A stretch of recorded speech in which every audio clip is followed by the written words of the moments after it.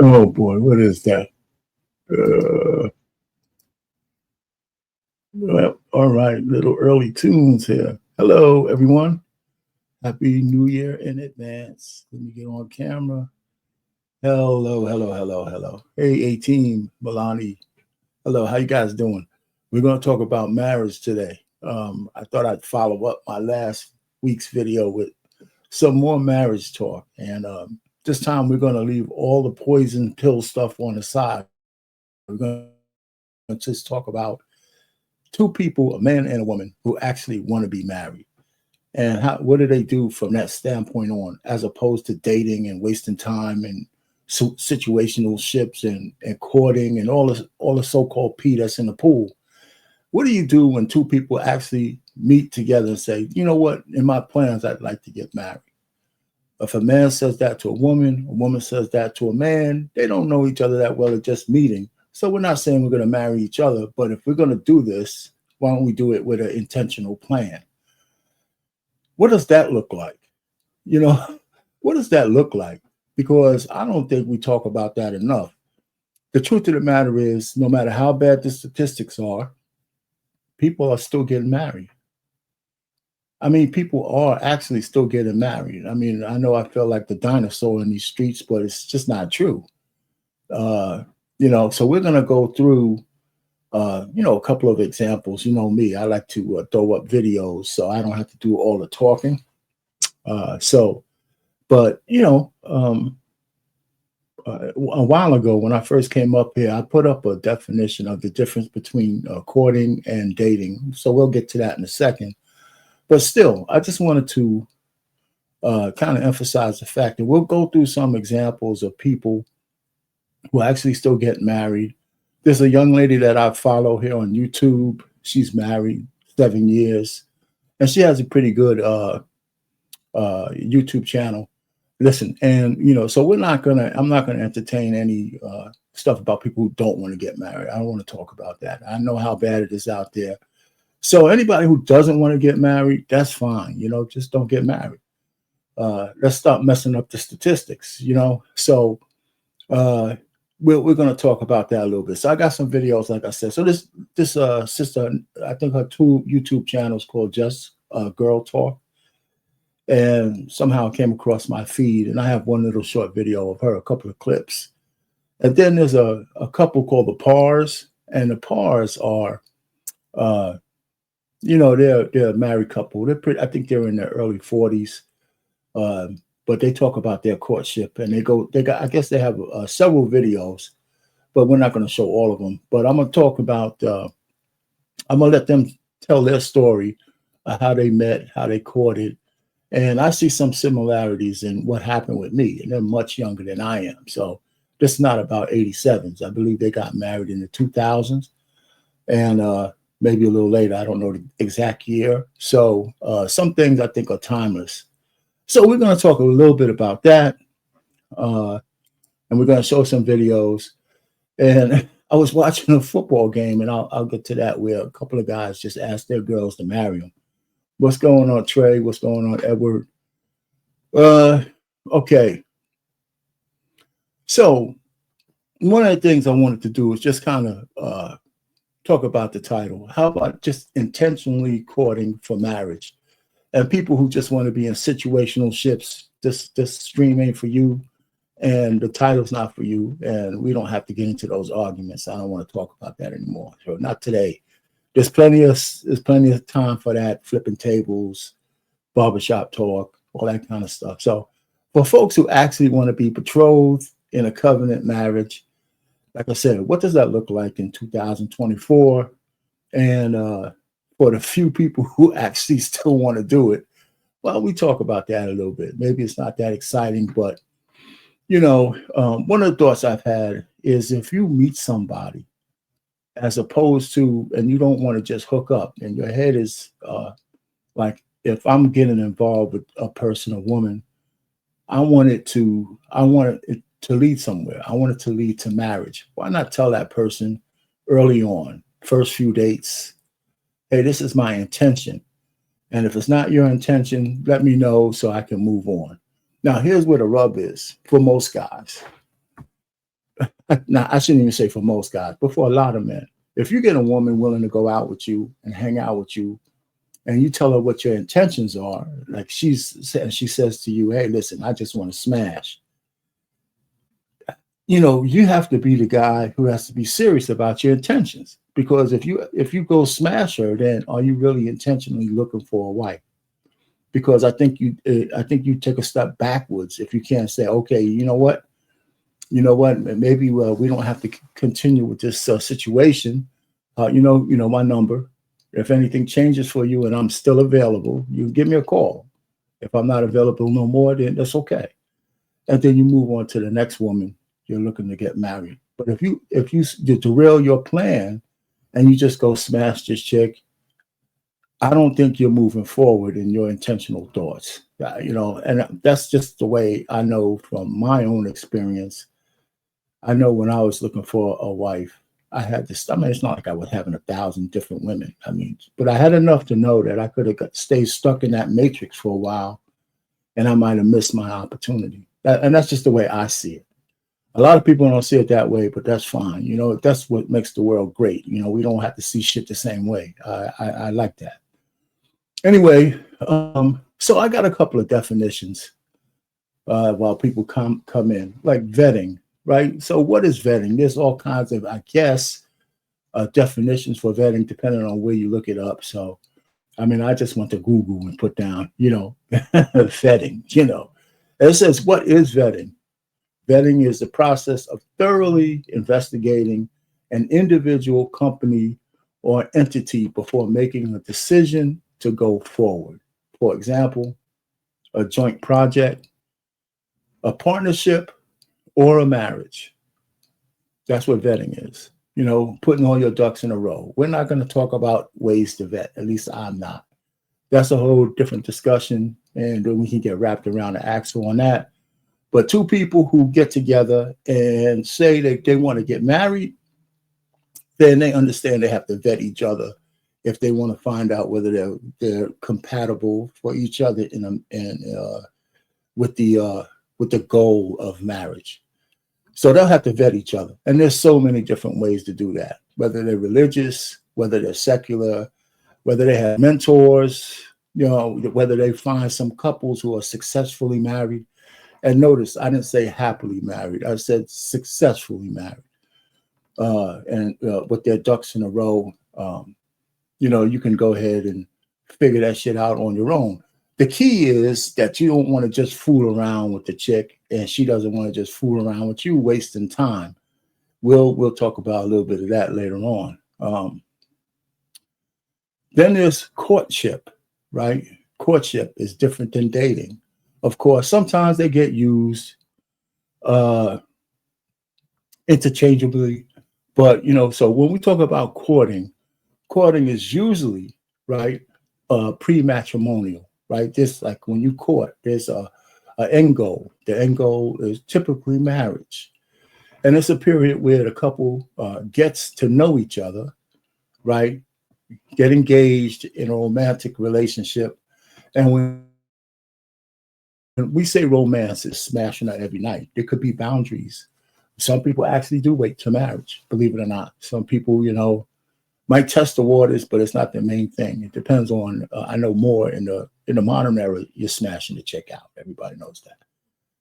But but the goal is still a goal, right? And if how well she performs in the bedroom is part of your vetting process, then it's a good thing that y'all don't get married.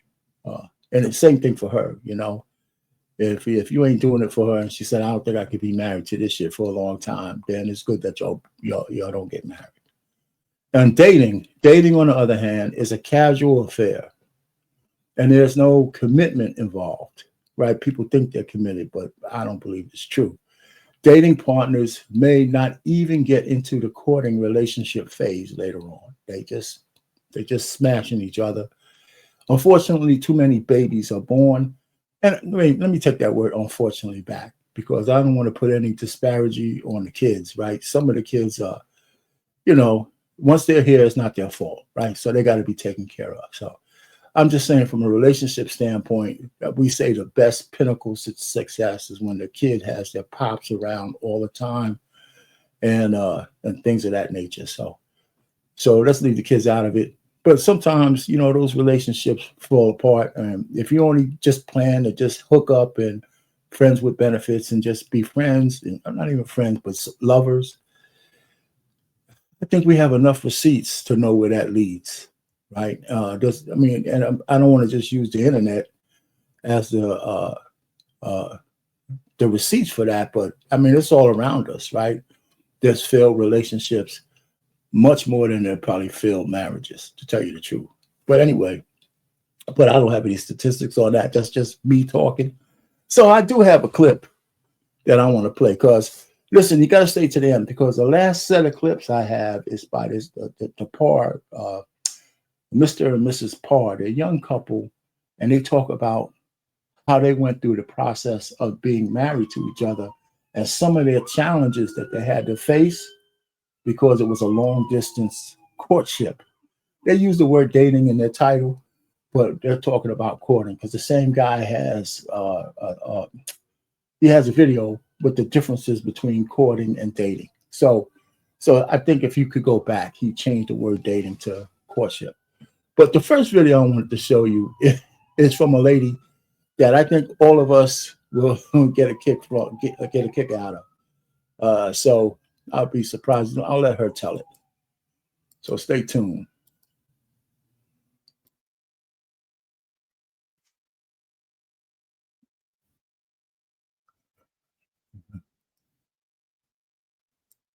Marriage. Oh, I already wow. knew, like, You already when I was knew. 16, I was like, Wow. I'm making this decision.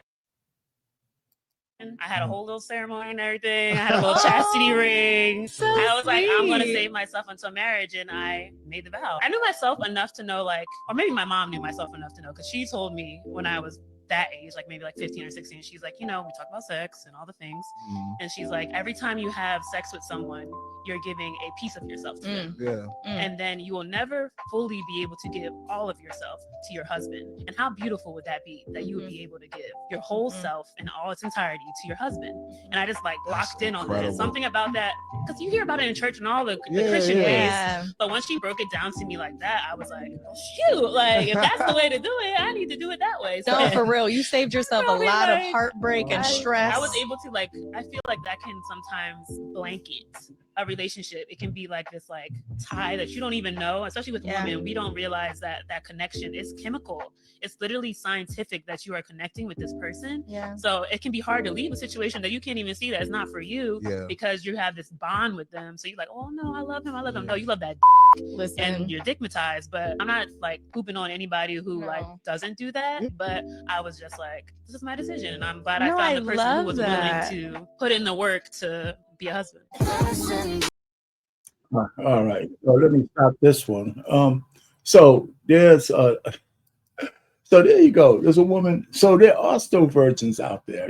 She's a young woman and she wanted to be married. What's going on, Edward? Yeah. Okay. How do we know? I got a lot. I hope there's like a lot of sirens and stuff outside. I hope you guys can't hear it that well. I'm sorry, I can't do anything about it, man. I don't know what the hell's going on. Cops are going crazy outside. Anyway, hey Trey, you know what? How come I'm not surprised you don't believe her? Did the wig give her away? Oh my God, man. So, Jesus Christ.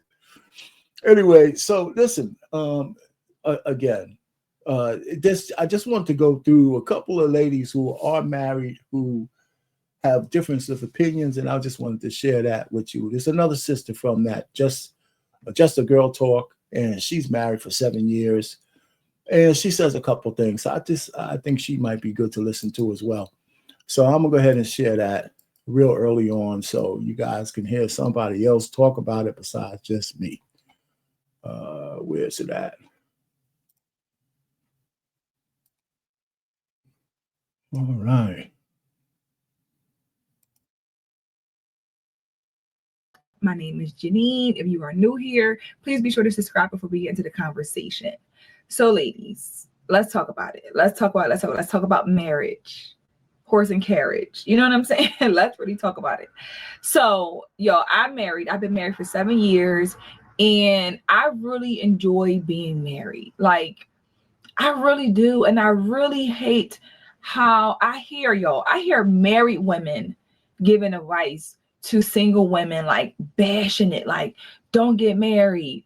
I'm married, but don't do it. And I'm just like,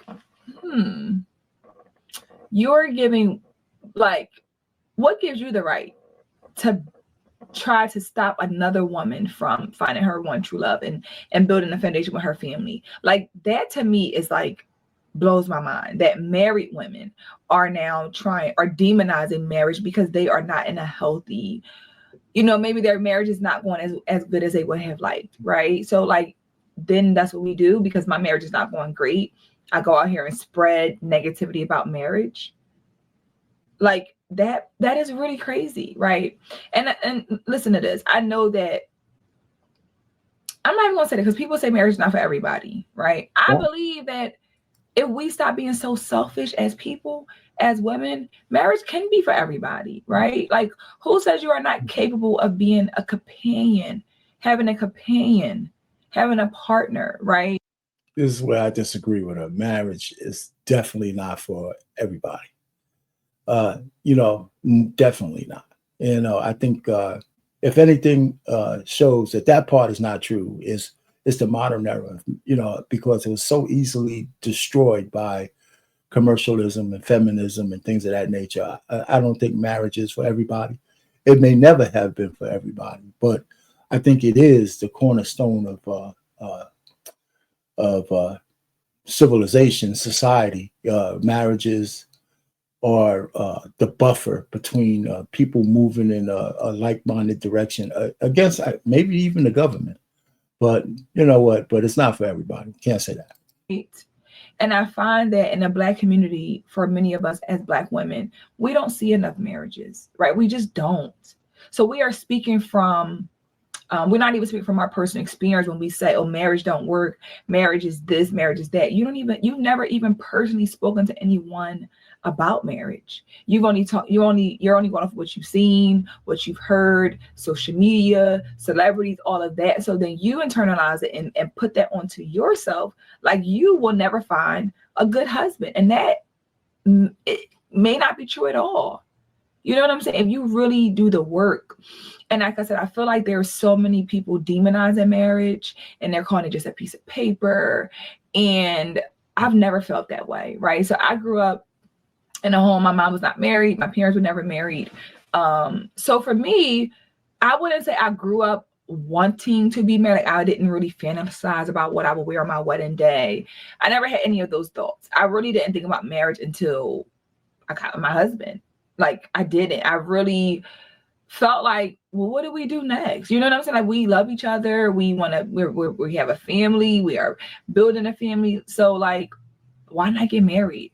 And I think for me, what made it easier, because my husband grew up in a home with his parents who were married, so he always wanted marriage. So I didn't feel like I had to like buy him into it. I didn't feel like I was trying to force a man to marry me or force marriage down his throat, which I think a lot. All right. So listen, one thing I think Trey said here, and I can't find it. I think you're onto something about the class of the man now these days. I don't necessarily say marriage is for just broke men, but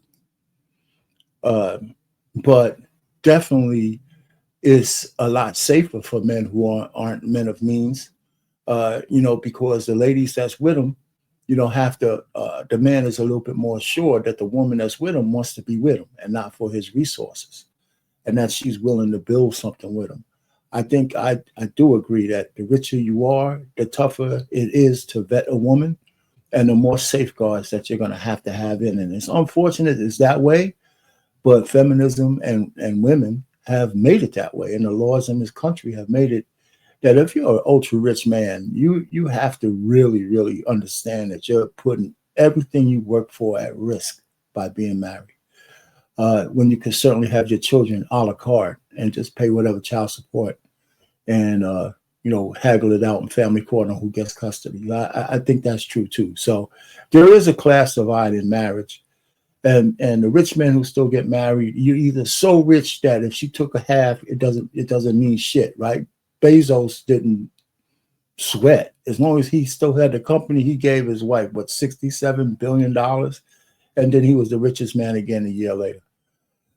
But, if you're just a regular smuggler millionaire and you did everything you can, now you're 60 years old, it's tougher. Hey, Albert C., what's going on, Milani and everybody else? So that's worth a discussion. But today we're just talking about people who actually want to get married, and kind of doesn't matter what the money is. You just want to find somebody who's in the same mind frame of actually saying, listen, if we're going to get together, we got to put a plan together that we're going to go down the aisle in some matrimony. The vetting process is going to be different for everybody, right? Depending on where people start from. Anyway, so that's that. So that's how I look at that. So let's continue with the sister a little bit. She has some more stuff to say. A lot of women are like, I ain't forcing a man to marry me. And I feel like that helped us come together and like really see the value and importance of our family being one, because he saw the beauty of marriage and like seeing his parents all his life, had the foundation. He wanted the same for his family.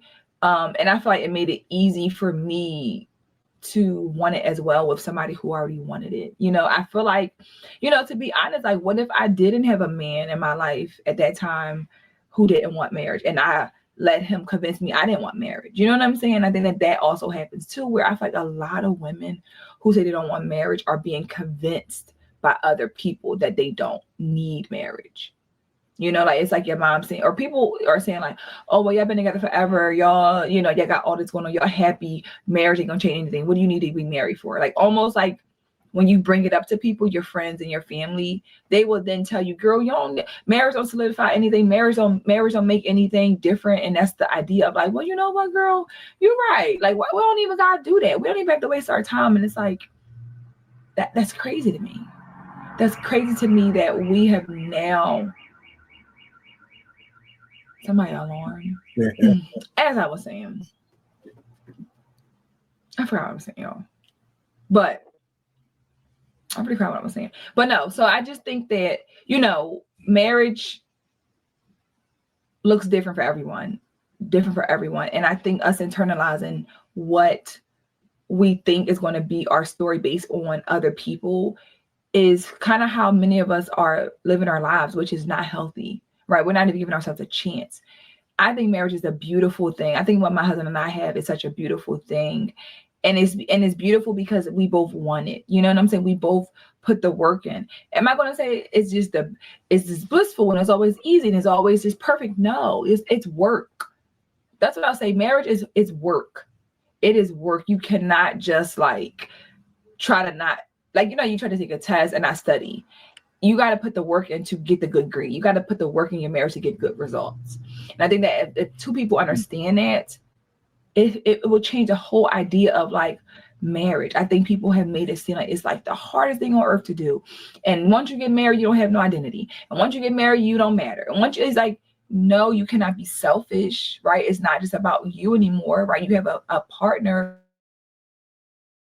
a companion, a husband that you have to think about, right? But it doesn't mean that you don't matter. You can't do nothing.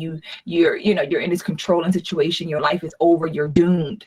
And I hate when I hear women talk like that. Like, it's like your life is like a black cloud. It's like, for me, life only got greater. Life only became more beautiful. I've said this before many times on having girl talk conversations. It is an honor and a blessing for me to share the same last name as my children. Us to all four share the same last name. All right, so we can stop it there. So I don't disagree with her on that one. But it's a blessing, and definitely more women should look at marriage as an honor. But I think men, when they're begging women to marry them, dishonor the vows of marriage. You can't be begging her. You got to show her that she deserves to be your wife through her actions. And so when you say, hey, do you want I would like to marry you, it's not you. Really, some guys say you shouldn't even bend the knee. Anyway, so I got a couple other videos that are popping up by themselves. But anyway, so there you have it. A cowardice reason. There you have it. So there's a couple of guys that got married young, and I'm one of those kind of advocates. If you're going to get married, do it young. It's the conversation I had with my daughters. I was hoping one of them would have been off the market. The other one's just not ready for that yet. But, I told them why it's better to do it young, but you can't make anybody get married. So I'm not trying. So I don't belabor that particular point. But I think when I look at it, I think both men and women give young, especially women, they give younger women the worst advice. And I'm not saying get married at 18. If you're college bound, yeah, you can finish college first and maybe have a couple of years of working or whatever. But if you find that guy and your intentions are to get married, don't wait till you're in your 30s. I think that's crazy. I think there's no more flexibility than you'll have than when you're in your 20s, and you can grow and build something together where you'll share all these experiences, getting to grow close spiritually and everything else. And so what? This whole notion of what Black women have coined as struggle love it's just horseshit. It's just the challenges of life that you have to go through. It's not like people don't struggle in their 30s if you call it struggle, right? So this whole waiting for a guy to be at his finish line. And for men, trauma for men is not the same as it is for women. So I tell them, if you have a plan and you have your plan set in your 20s, again, you're 25, 26, and you're looking for a wife, there's nothing wrong with getting married. I would just tune out all the people telling you not to do it. Now, if you don't have a job, if you can't feed yourself, if you're not even at a level where you're self-sustaining, that's another story. But we're not talking about those kind of people. We're talking about people who are ready to get married. I think a 28-year-old, 27-year-old couple getting married is a beautiful thing. And even if they were a little younger, but it's a beautiful thing. They say the average marriage age is like 31 now and getting older. But both men and women, especially women, the older they get, the more inflexible they are about the way they live. And they can't be groomed, per se, to the man that they're married to.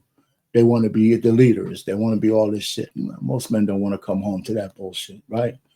And you see the women who make a little bit of money, they don't understand. You take your hypergamy with you. The higher you go on that scale, the less you're going to have selection from at that level. And the men at that level certainly ain't going to want to come home and hear your blabbering mouth. They're just not. You know what I'm saying? So anyhow, that's just the way it goes. Being younger, I think, is better to be married. I think we should start telling guys, yeah, you should get on your grind. But if you find a woman who's right for you, you can still build an empire and be married at the same time. You absolutely can. So anyway, that's just my thoughts and feelings about it. So I got a couple of guys that I would show who actually said, hell with everybody. We're getting married and we're just starting out and we're in our 20s and we're getting married and we got money and I don't care. Right? I'm going to get married. Let's see, who's the first one?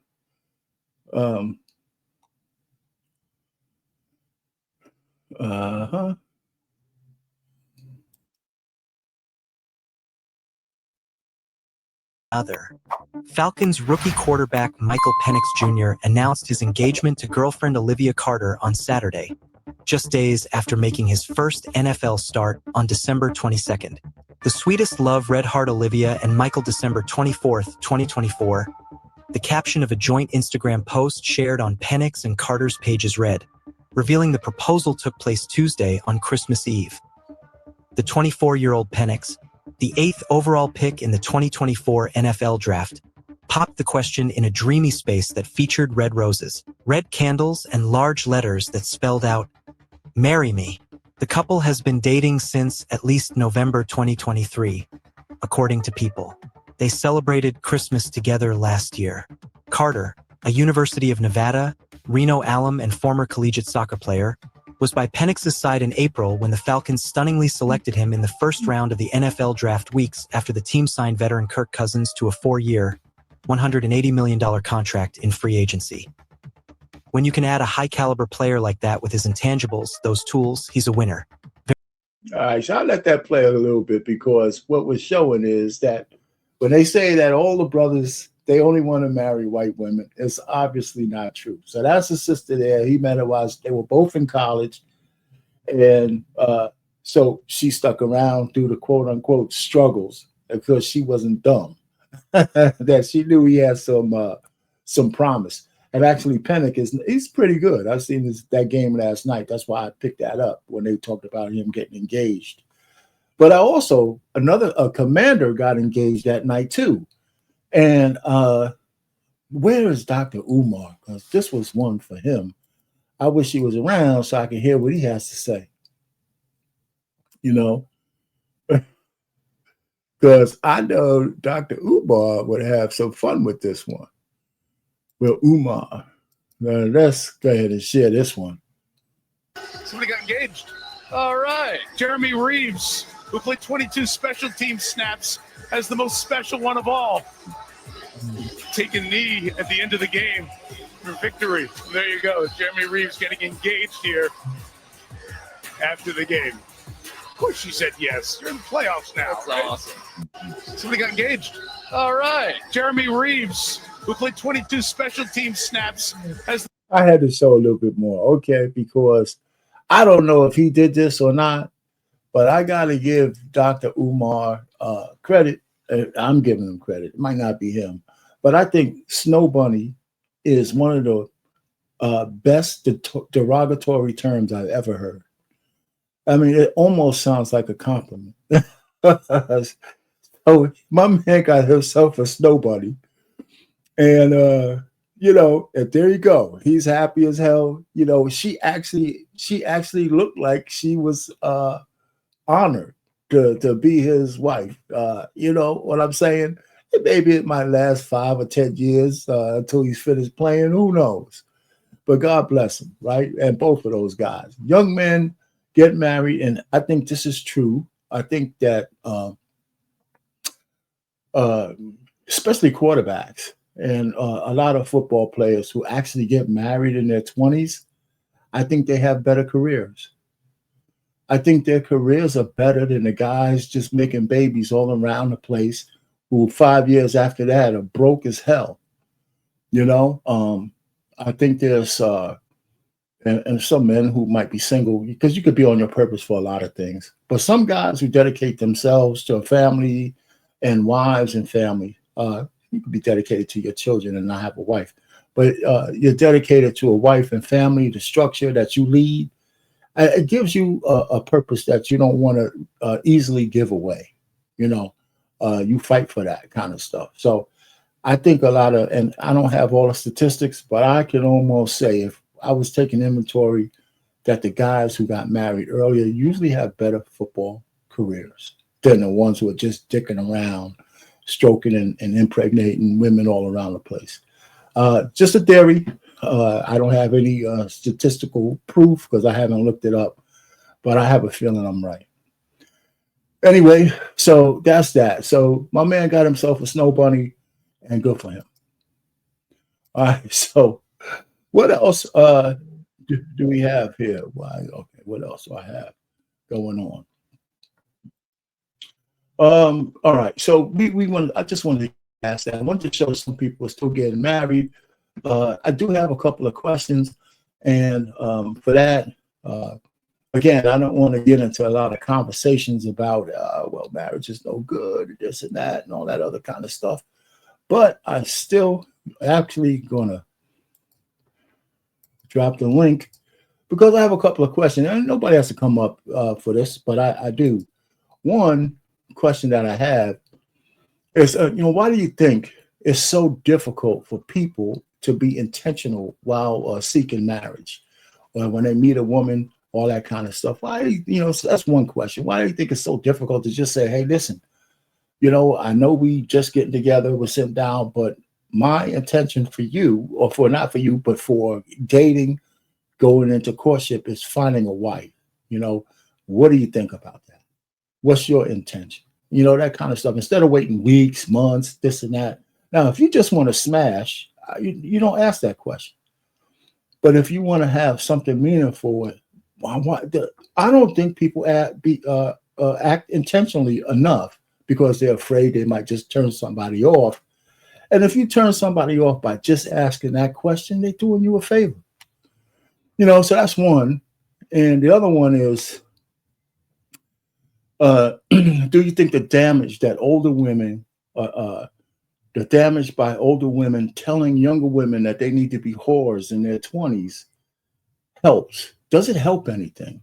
Like maybe the question is, how many dicks does a woman have to have to understand that it ain't good for them, right, in the long run? And when it comes time for them to bond, right? So, and all I hear from older women is and older, single, decrepit ass women at that, who think they own the world. I never hear them really telling the young women anything other than go get screwed, right? Like they did. You know what I'm saying? And then you end up talking about, like, you know, maybe like Dr. Bryant trying to be like the dick master of all the men while you're 42 years old, childless, and talking a lot of shit. So, but then for men, right? Do you think men advising other men to go sow their wild oats, and does that dovetail well with telling them to be on their grind? Right? Because if you tell a young man to go sow his wild oats, is he really on his grind? Because we know when we're younger, we spend a lot of our emotional energy trying to get laid. Right? So, but we also know to tell a guy not to try to get laid and just go work at something it sounds good, but it's almost the saying, you know, just be abstinent. Right? And most guys going to want to have some kind of side piece. So what's the best way to tell these guys? You know, wouldn't having a wife in a covenant marriage enhance both the man and a woman's ambitions if they could work together for a goal? I'm just asking, right? If they're together, isn't it easier for the woman to get her PhD if she doesn't have to do it all by herself? Is it easier for a man to set his roots and become that chief engineer or become that entrepreneur or do whatever he wants, that chief tradesman, when he knows his home is covered, as opposed to him trying to do it all himself with somebody he could trust? I mean, so I'm just saying, you know, I mean, the advice we give young people, I think it's effed up. You know, I know I'm guilty of it, but I think it's the guilt is still going, right? Because we all know that the system is broken and that the advice that young people are getting is broken. Now, again, marriage is not for everybody, so everybody's not going to heed that.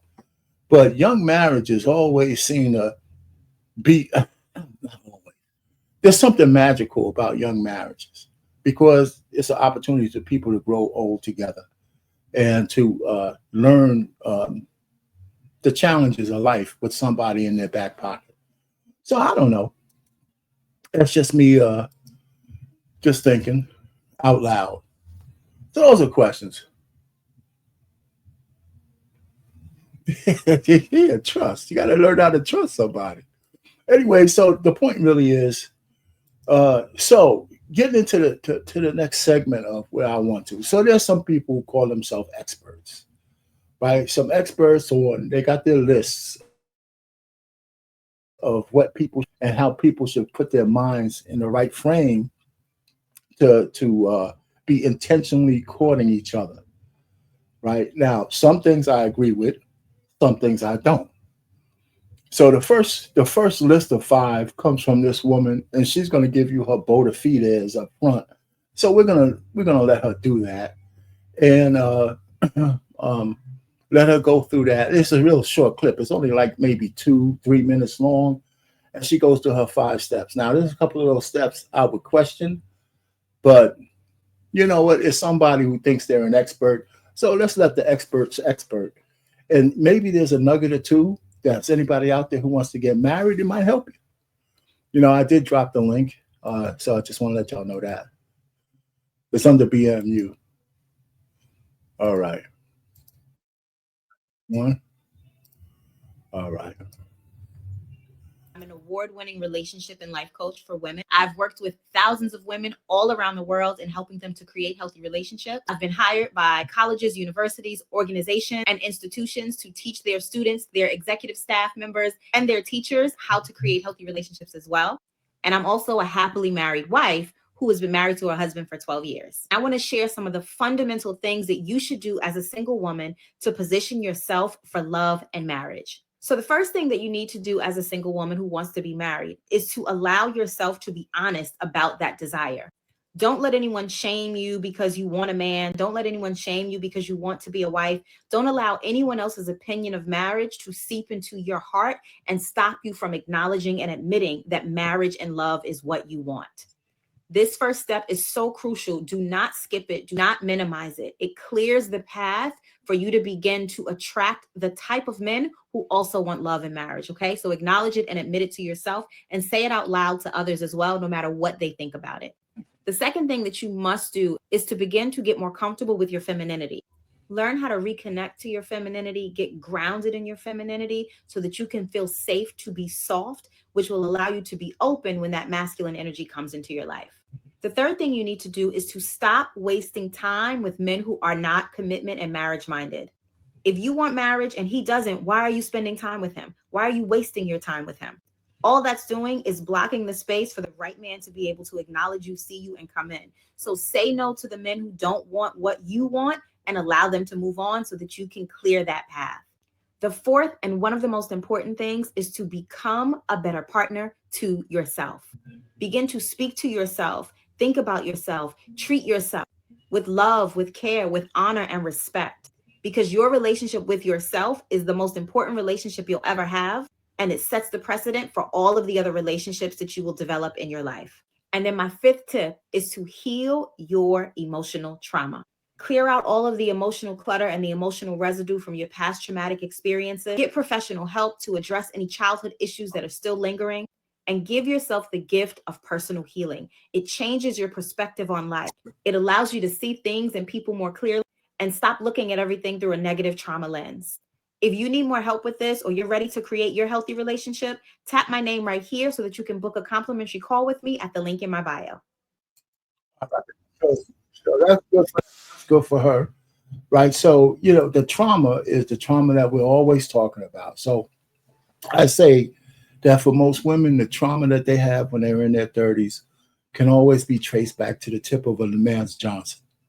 That's what always. I'm not talking about, being, essayed or anything like that, but, by being passed around, every time you listen to these ladies talk, their trauma always leads back to somebody's Johnson. That's why you're not supposed to have so much. There's another reason why. You just keep taking for granted that you're you guys are receivers, and receivers, you don't just receive the pleasure, you receive the energy, and that shit stays with you. And if it's negative, so does all that negativity. So that's just something to think about. Something I train my daughters to know and understand. And it's just the way it is. And you're not men. That's not men. Anyway, and she said another thing, and I didn't write that down, but so you just got to be healed some way, shape, form, or fashion. So that's her 5. So if ladies, you can get a nugget out of that. Men, if you can get some nuggets out of that when you're having a conversation with a woman who wants to get married, it's fair to ask her about her past trauma. You don't have to say, well, how many dicks did you receive? No. You can say, well, how much trauma are you coming with me at? How bad is it? Let me know. And so you say, well, you know what? I'm not like that. So that's cool too. So, so we'll just move on from there. So then the next clip, and I want to get to the main one.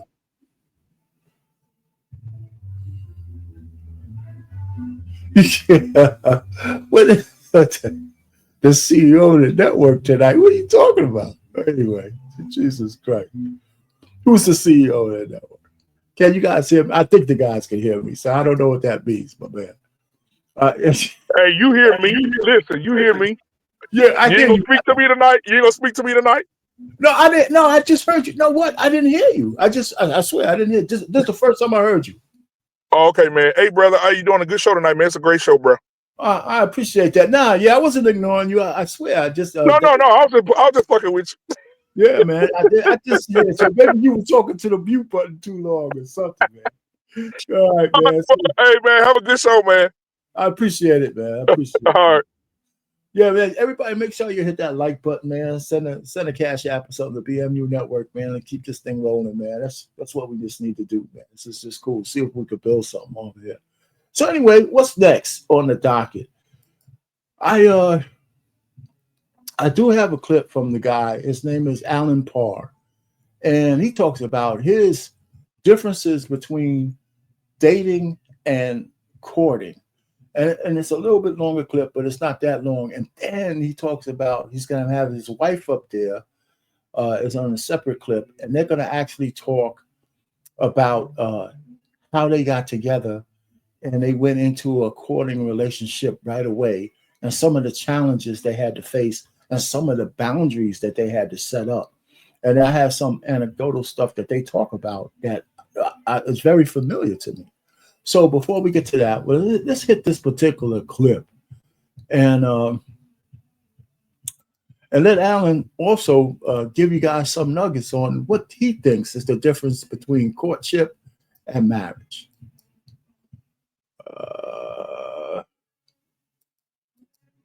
If I could find this clip.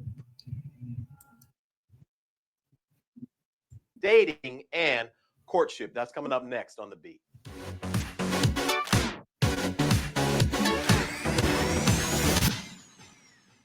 Hey everyone, my name is Alan Parr. Thank you all so much for tuning into The Beat. Recently, somebody asked me the question, what is the big difference between dating and courting? So let me just say from the beginning that these are my personal views on this subject, which is the reason why I'm not going to put any scripture in this video, because I don't want to force my views into the biblical text where God has not spoken.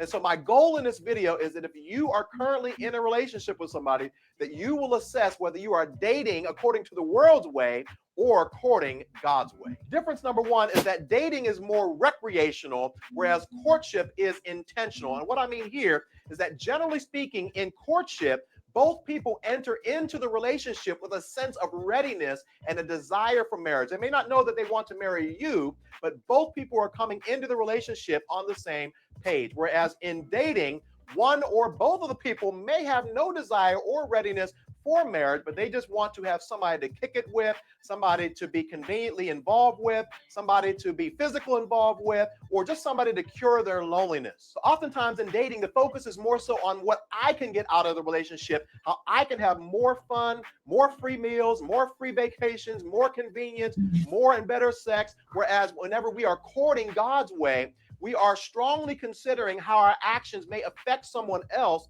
and we want to protect that person's heart, so much so that if the relationship does not work out for some reason, you are not damaging them for their next relationship. Difference number two is that in dating, there can be at times a lot of confusion, whereas in courtship, there's always clarity. And what I simply mean here is that in courtship, it is very clear to both people where the relationship is going, what the status of the relationship is, whether you're a couple, whether you're not, whether you're exclusive or you're seeing other people.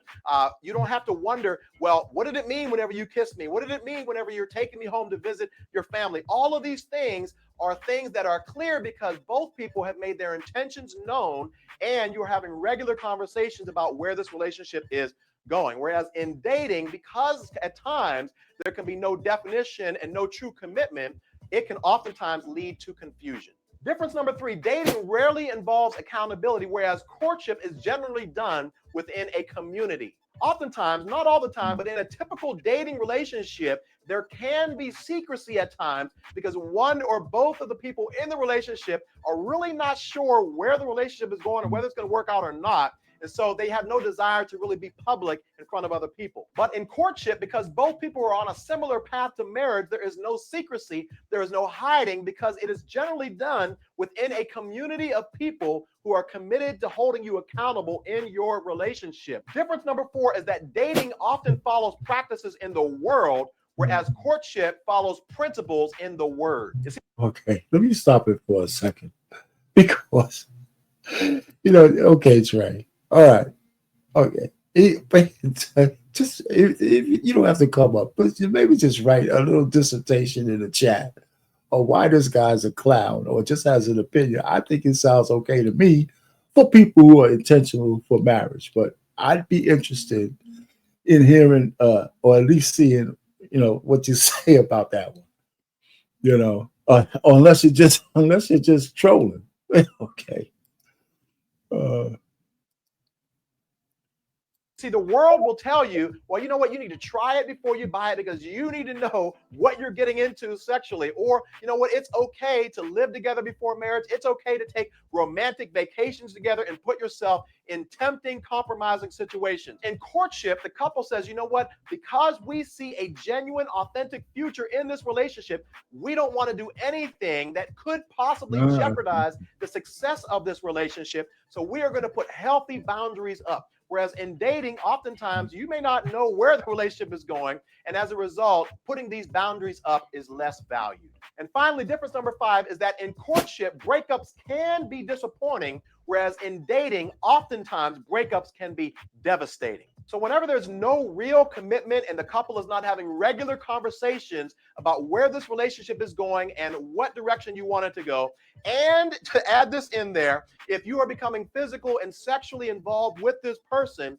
oftentimes whenever you break up with this person, it can lead to devastation because it leads to trust issues. It leads to baggage that you take into your next relationship because of the pain from the previous relationship. But whenever you are courting somebody and you are upfront and honest with them and you're letting your intentions be made known and you guys are having regular conversations about where this relationship is going, even if the relationship doesn't work out, you can still move on, even though it may be disappointing, and you can still respect the other person because you don't feel violated and used. And so I hope in this video that if you're dating somebody currently, that you would take a genuine assessment of your relationship and ask yourself the honest question, are we dating or courting in God's way, or are we dating according to the world? All right. So listen, you know what? A couple of things he said, like this one. How does community? I had a question on that one too. But of course, in a 5-minute spiel, I would have asked him, what do you mean? How is the community? The only thing I could think is that he's talking about his church community invested in your relationship, your courtship, one way or the other, whoever you counsel with and that kind of stuff. But I would have asked him that kind of question. But that's not, I don't think that's sufficient enough to call him a clown. I think the other thing is that the difference between breakups in relationships and breakup with an intentional courtship for marriage. At first, I say, well, why would the relationship, since most of the relationships are just based in sand, be so devastated? Well, we have receipts all over the place, right? People get in these relationships and stay in them for years and years and stuff like that. And then you had some misplaced trust in the man or the woman. And then 5 years go by, 10 years go by, and you have nothing to show for it. Maybe a baby or two. And then that opens up a whole different kind of can of worms. That could be devastating, especially for women. Devastating for men through child support and not being able to see your kid every night if you don't have full custody. Those kind of things are devastating. Well, it can happen in a marriage, but if you're just courting, most likely you're not getting her pregnant. You're working towards a marriage and all that kind of stuff. And if you find out in that courtship that, we're just really not that compatible, even though we had this intention, I could see that being a little less devastating than the random situational ships that's destroying everybody's psyche. There could be more conversation on that, but I can see where he's coming from. We don't necessarily have to agree, but I do kind of see where he might be coming from with that. All right, so what else? Okay, so we're getting to the nitty-gritty. I think that the last piece of this is when he's sitting down with his wife and they're having a conversation. And I think the conversation between the two of them is informative for people who are intentional from just meeting to courting to actually getting married and having a family and all that kind of stuff. So I think that one is pretty good. I think this is the coup de grace, right? Because there's several clips I took out of this because we're going to start and stop. And it's like, it's like 20 minutes long, but we're going to go through like 3-4 minute increments to go through it. And maybe when I stop it, we could have some conversation on that. And, Trey, I don't have to ask Trey. If you're still here for this, Trey, I'm sure you're going to have something to say. So that's cool. And, the conversation with you and Mr. Milani and all that kind of stuff. And anybody else is cool, too, in the chat. So I appreciate you guys being in the chat at the very least, saying your opinions. And so that's cool. All right. So here's this clip number 7. And we're going to, where I got to find it. There it is. All right. All right, so we're going to take it from, I didn't want to take it from the top. I wanted to take it from a certain part. There's 2. I want to take it from somewhere like here. Now, let me see what, I want to take it from the right spot. So I'm not starting too far in, too far out. There you go. But we started dating and getting to know one another. And I would say about 6 weeks to about 2 months into our dating experience, or our journey rather, my wife hit me with this bombshell and nearly broke my heart. And I'll let her share a little bit about that. And I'm going to come back and talk about like some major important lesson that you can learn from that. But I'll let you share kind of how you broke my heart 2 months into our dating experience. Heartbreaker. That's interesting because I typically was the one that always got my heart broke. So to be labeled as a heartbreaker feels a little intense. But I would say at that season of my life, I knew she's a cutie pie, chocolate chip. What I wanted. And if that was not you, I was okay with that. Prior to meeting Alan, I had been through relationships that ended up in heartbreak. And I wanted to be a lot more intentional about my selection or being pursued by a man. And so the big heartbreak that he's talking about is we had spent just a couple months maybe getting to know each other. But what he didn't know is that prior to meeting him, I literally told God, like audibly in a prayer, maybe it was in the shower, I don't remember, but it was like, God, do not send me anybody in Texas. I am done with Texas. I'm moving away and I'm moving to the East Coast to pursue my career. So you could call it chasing a career, which we'll talk a little bit about that, ladies. But I would like to say I was focused. I was focused not on meeting a man, but I was really focused on just where I felt God was taking me and focused on my career. Yeah. But that broke his heart. Yeah, because in my mind, I literally met the woman of my dreams. I mean, here I am, almost 40 years old. I had dated, several different women before her and finally got to the point where I was like, in my mind, this is it. She's the one. Like, I'm ready to do this. And everything is so convenient. It's perfect. We're both in Dallas, both at the same church. We're like 20 minutes away. Everything is perfect. And here she goes, messing stuff up, talking about I want to move to DC to pursue some career in journalism, right? And so I'm just upset about that because I will never forget the day on Facebook. I remember she changed her status, moved to DC, and all of her friends were chiming in. Oh, go girl, get yours, go after your career. We're so proud of you. Way to step out on faith. And I'm like, man, so here's really the first major lesson and tip that I really want to encourage you guys to think about, because we were faced with a decision at this point. Are we going to just call it quits and be like, you know what, this isn't working because I don't like long distance and I've had long distance relationships in the past and it didn't work out. I know you had 1 or 2 long distance relationships in the past and it wasn't really ideal for you. And so we had a decision to make. Are we just going to call it quits and go our own ways and hope that God may bring us back together again? Or are we going to put in the work? So let me just stop there. All right. So listen. He's going to get into some of his first stuff, right? So the point really is that most people, when they're faced with a long distance, Texas to the DMV area, that's where she moved, I believe, it would be over, because whatever the commitment they thought they had just in a real, hookup relationship, it might last for a trip or two. But the first thing you're thinking and she's thinking is that as soon as you can, you're going to be popping out another chick. She's going to be busting down another dude. And so there's no real commitment or no real cheating there, right? You really haven't said anything intentional other than with boyfriend and girlfriend. I'll miss you. You miss me. And then I think you fade off into the sunset.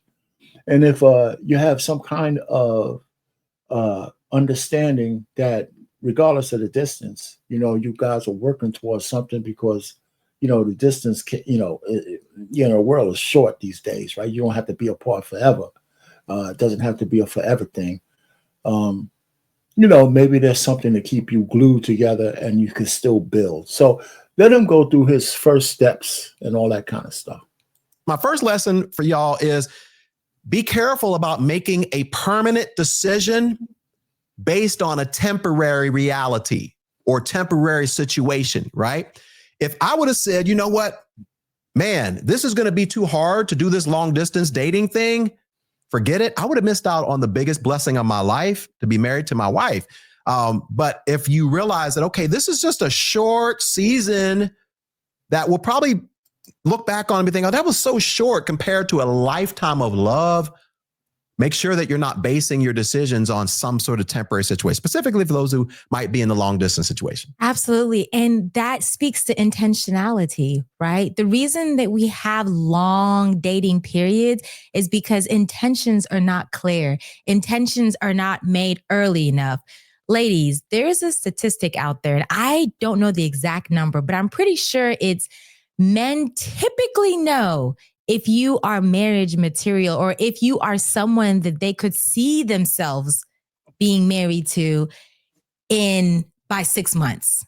So if you're in a relationship where you've been together for 5 years, 4 years, 10 years, ladies, the longer you stay in that is not going to convince him, because he probably already knows or has an idea if you are someone that he wants to marry. And so let's cut all that long dating.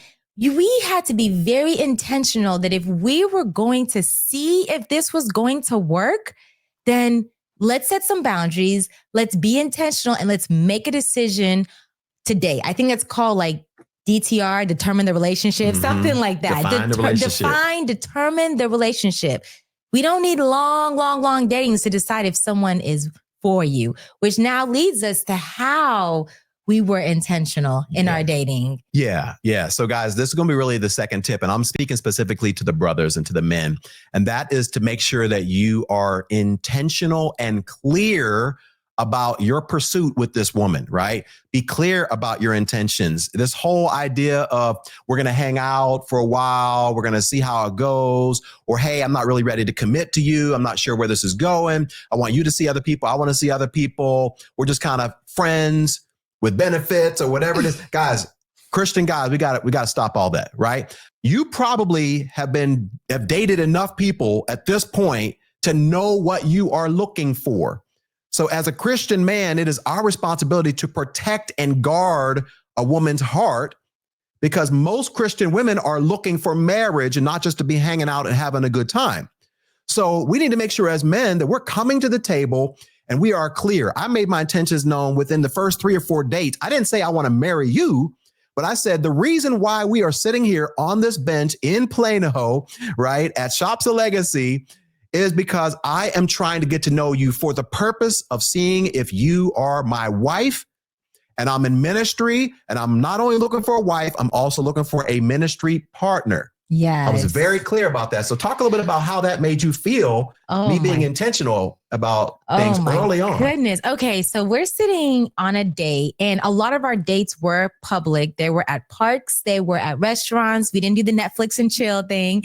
And I remember you saying, hey, I just want to let you know, I am interested in looking for a wife. And I remember like looking back, like, you're talking to me? Like, I just thought we were getting to know each other. I just thought we're dating. But I didn't realize how I was so comfortable in this long periods of getting to know each other without someone making their intentions clear.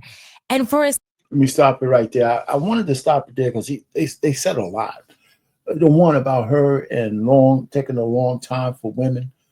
And I know some guys don't agree with this, but this is me. I believe that men can absolutely burn a lot of prime years from a woman because if you're banging it out nice and you're treating her like a wife, but you ain't giving her the name, she'll stay with you. If you're okay, if you treat her all right, she'll stay with you. Burn up all of her time for somebody who might want to marry her, just with you. And then if you find somebody who's better suited for you, you'll split. Because I do agree that if you want to marry a woman and it doesn't take years and years. Now, that's not for every man, but if you're intentional about it, it's not going to take you 5, 10 years to figure out whether this woman's yours. She's got to be the best chameleon in the whole world. It's going to take you that long to figure her ass out. But she also said, my man also said something that is debatable, not meaning that he's not telling the truth, but it's debatable, and we could probably make a whole show about it. But it's about a woman and her agency over her sexual box. He said it's up to the man to make sure she keeps her virtue intact. Kind of. I'm paraphrasing. I think that's what he means. And when a man says that, he's essentially saying that women have no control, really, over the guy that they like taking their virtue away. And I would like to say they should be absolutely responsible and have agency over their box. But the way things are in truth, it's like women are like children when it comes to that, because the right guy can make them do almost anything. That's why I think some of the laws are written the way they are. It's like incredible. I think it's worth, I'm not going to get into it here, but it's like if we don't guard a woman's virtue, they'll just let that shit all hang out. And that's what we're seeing right now, because men will play in the sandbox. We're going to play in the sandbox. But what if we didn't play in the sandbox? Would we be able to make them be a little bit more virtuous? Maybe, but there's always a guy who's going to bang their ass out if they, because they're always vulnerable. In the courtroom, they're vulnerable. If me and a woman gets drunk, I'm drunk as a skunk, but she decides that, I couldn't, I get in trouble even though we had an equal amount. I had more alcohol than her. But the fact you can get it up means that you were responsible and she was too drunk to choose. That's the same kind of shit that he's talking about, that we have to guard a woman's virtue. We got to talk about that a little bit more. That's like a whole goddamn show. Because I'm not so sure I like that, but it just might be true. That somehow women just have no agency over the fact that they're dumb giving the box up to any man. Because they're doing it. And then they're traumatized for life over it. It's just crazy. Anyway, so that's just a thought of what he said. But let's continue. What else did he say? Oh, yeah. About wasting time. I had a friend of mine. She went to school with me. And, well, we were freshmen together. And we still stay in contact. She knows my wife and all that kind of stuff. She was in this long-time relationship with this dude who was in the service. So we finally got out. It was like 7, 8 years. So they started living together. She's like 35. Turns out he had a whole nother family across town. And that she found out, broke her heart. She actually had to go. She wanted babies. She wanted a family. She comes from that kind of situation. So she actually had to go to a sperm bank. She didn't want to go through any more relationships with guys or anything. She went to, and she had twins.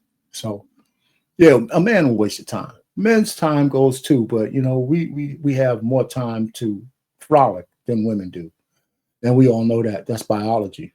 So, anyhow, there was some good stuff that was said on this thing. So let them continue to talk. Second, I had to think, I prayed for this. I prayed for a godly husband. I prayed for someone that had clear intentions. And he's literally right in front of me and I'm scared. I'm nervous. So I appreciated you making your intentions clear, or at least making me understand what you were looking for, because that immediately showed me what your character was like. Which leads me to the next point, is that when you are dating, ladies, I know there's so many things you can be focused on and even distracted by, whether it's their swag, you want a swaggy boy or a man, whether it's how much money they make, whether it's they can dance or they can't dance. I can't dance that well. But we all have our list. We all have our list of things that we think either we deserve or worthy of or would make the best man. And for me, it used to be chemistry. I needed to be able to vibe with you, jive with you. For marriage, chemistry is not important. I was looking for character over chemistry. So that is the third point that I would say to focus on, is focus and really review someone's character. Not how much you vibe, because it's the honeymoon stage. You're going to vibe. You're going to connect. But are they a man or a woman of their word? Do they deliver on what they say they're going to do? Are they honest? Do they guard your heart? Like Alan talked about, all those things really define a godly character in someone. And so that was one thing that allowed you to stand out, was your character, and you're making your intentions clear, took you all the way to the top. Okay, cool. Now, let me give you an example, a practical example of how this kind of played out. So as you know, at this point in our relationship, we are long distance dating. We were like, you know what? There's something here. I feel something special. I sense something different. So we're going to give this a shot. So we were very intentional about this. Every single month I went to DC, and every single month she came to Dallas. Now let's talk about the sleeping arrangements. All right. Because this is an example. You can't say you're a man of God. You can't say all these things. And then you're like, hey, I'm going to stay with you. Right. I'm going to stay over the night with you. Or when I come to, hey, it's a whole lot of money. Guys, look, I was a high school math teacher, wasn't making a lot of money. So I could have easily saved $500 every month going to DC by just saying, I'll stay with you. But no, I knew that if we made plans to sin, like, oh, I'm planning to spend the night with you, like we ain't even trying to do it right. Right. I knew we would have fallen. Absolutely. So what we had to do is I had to say, you know what, when I come to DC, no matter how much it costs, I'm going to get a hotel so that at the end of our date, you go back to your apartment, I go back to my hotel, and we have some boundaries set up in our relationship. When she came to Dallas, she was staying with her parents because that's where she grew up, in their parents' house, and I stayed in my house.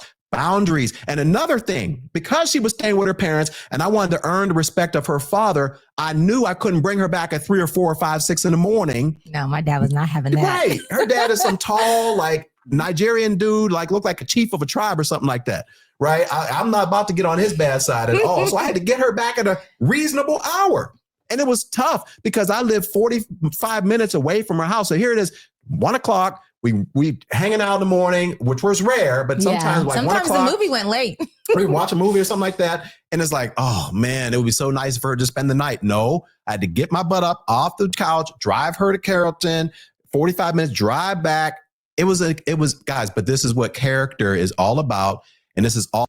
All right. So we're going to hit this next thing, but let me stop you right there. Listen, I don't believe that he went through their whole courtship without tapping that. Okay.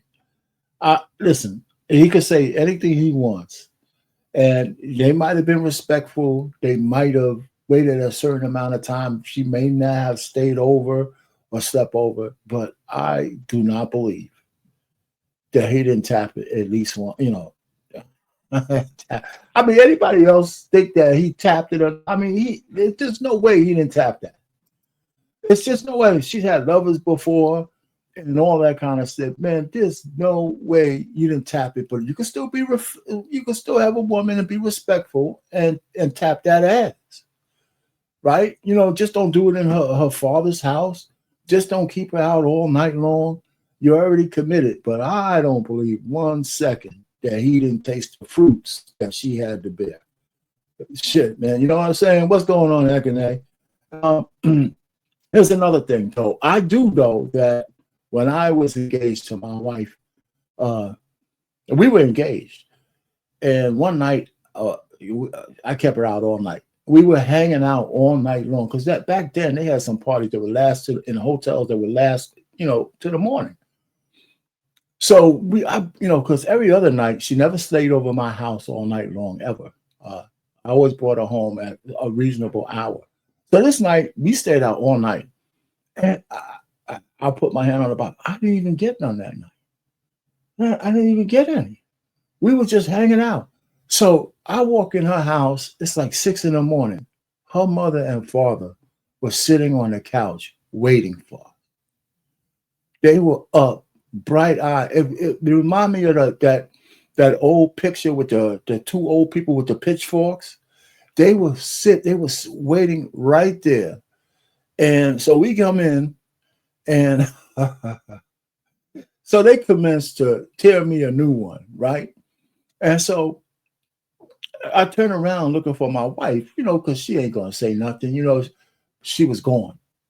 She went into another room and just put me in the well of the Senate, and they just tore me a new one. And I'm apologizing and said, we just hanging out, blah, blah, blah. It never happened again. It never happened again. But it was so funny because when he said that about her father, it was true. I mean, that night we were just hanging out. It was like innocent as hell, but they were up waiting, and so the respect had to be there. So that's one of the things. So I thought that was something I could relate to when I was courting my wife. Well, okay, so what else does he have to say? All about setting up boundaries as well. So let's talk a bit about boundaries. And I know my dad observed that about you. He observed that you brought me back at a good time. As you know, the transfer, when you're thinking about marriage, when you're single, you should be under a covering. And whatever that or whoever that covering is, when you get married, it's a transfer of that covering. And so my dad was probably looking at you saying, wow, this is a man that I would feel comfortable my daughter marrying because you are protecting and respecting the time that she needs to be home. And, quite frankly, it was the best thing for us, I had the same conversation with my daughters about covering more than once about what that really means until they actually got it and they understand that. So, and they still look towards me for that covering until they find somebody else. It's me still. Setting boundaries, but ladies, there's absolutely no reason for you to give wifey qualities to a boyfriend. So we didn't have any type of business him spending the night. We didn't need to be getting an apartment together and sharing bills, which are things you do in marriage. We didn't need to do all those things. Just put yourself in temptation. Just putting yourself in temptation for something that you don't even know is going to work. And not only is it probably not going to work, but there's a statistic that says, I think 80%, maybe 60% of couples who live together do not make it to the altar. Right. So why and there's a higher divorce rate as well? Why give marriage wifey qualities to a boyfriend? So those boundaries were very, very helpful. And us being intentional about that, I think just really helped develop a solid friendship. Yeah. And I was going to say, speaking of those boundaries, the reason why we were able to set boundaries that we agreed on is because of this next thing, which is the importance of being equally yoked. Man, I cannot tell you how many times people come to me and they ask me questions like, hey, should I continue dating this person? Like, they're a Mormon, but I'm a Christian, right? Or, this person is, an unbeliever, but they're really, really good person. They come from a really good family, got a really, really good job, but I'm a Christian. Guys, listen, being unequally yoked is first and foremost a sin because the Bible says we should not be equally yoked together with unbelievers.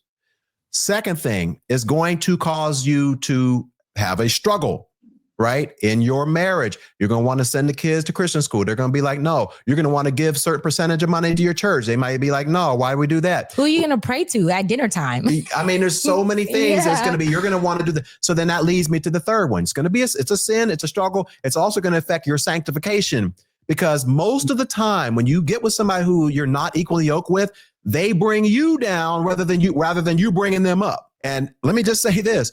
when you are dating, it's so important to be equally yoked, because when you are very attracted to one another and the fire is there, and by the way, you need to have that fire. That's a whole nother That's lesson. one point. That's a whole nother point. Don't just marry somebody because they are cool and they're a good Christian person. No, you got to sleep with this person every night when you get married. So make sure you're an attractive person. Huh? Every night? Every night. Every night. I mean, you got to get into bed with them. I'm just saying, you got to at least get into bed with them. But the point is, guys, it's so difficult when you're the only one in a relationship that has the value of sexual purity, because you're now saying, okay, I have to be the strong one all the time. But the moment that you have a weak moment, that other person, because they don't have the same conviction, they're going to slide on in and take advantage of you at your most vulnerable, weakest moments. But if the both of you are committed to sexual purity and you're equally yoked, when one person has a weak moment, you can count on the other person. But you know what? Oh, I want to, but you know what? Let's kind of put things on pause here. So, and it's not a bad thing if they're attracted to you. I mean, if you're dating someone and you both have made a commitment to honor God with your relationship, then, and something happens and you slip up, like, they're not going to hell. Like, you want to have natural desires. You just want to set healthy boundaries so that you can still honor God with your relationship. Yeah. And so all right, so let me stop it right there. I believe that's true, but I think she just kind of let it out, confirm the fact that they slipped up once or twice. They had to stop it. Just stop it. You got some of those buns before y'all got married. But one of the things she said about equally yoked in terms of religion. Now, I was born a Catholic, and I say born a Catholic because when you're a Catholic, you get baptized when you don't have no choice. Like, you don't even know what the hell's going on. Right. So they just bring you up and they throw some water on you and you're baptized. So I went to Catholic school all the way to the 12th. But when I met my wife, she's a Southerner. So they're all Baptists, right? They're Baptists. And, so we get married in the Baptist church. And of course, somewhere around 5 years in, that's the church that we were going to, the Baptist church. So I said, this is okay, all you Baptists and all that. To me, I believe it's the same God. Okay.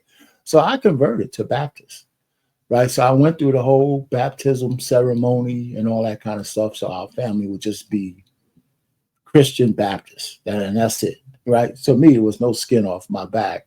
I didn't have no allegiance, especially to the Pope or anything like that. Because I don't believe in that kind of hierarchy stuff. Anyway, so that is. So that was fine with me. So I did that. So whether it made a difference in our marriage or not, I don't know. It just made it easier for me to say, hey, listen, we're reading from the same scripture, right? Anyway, so that's that. And this is almost to the end.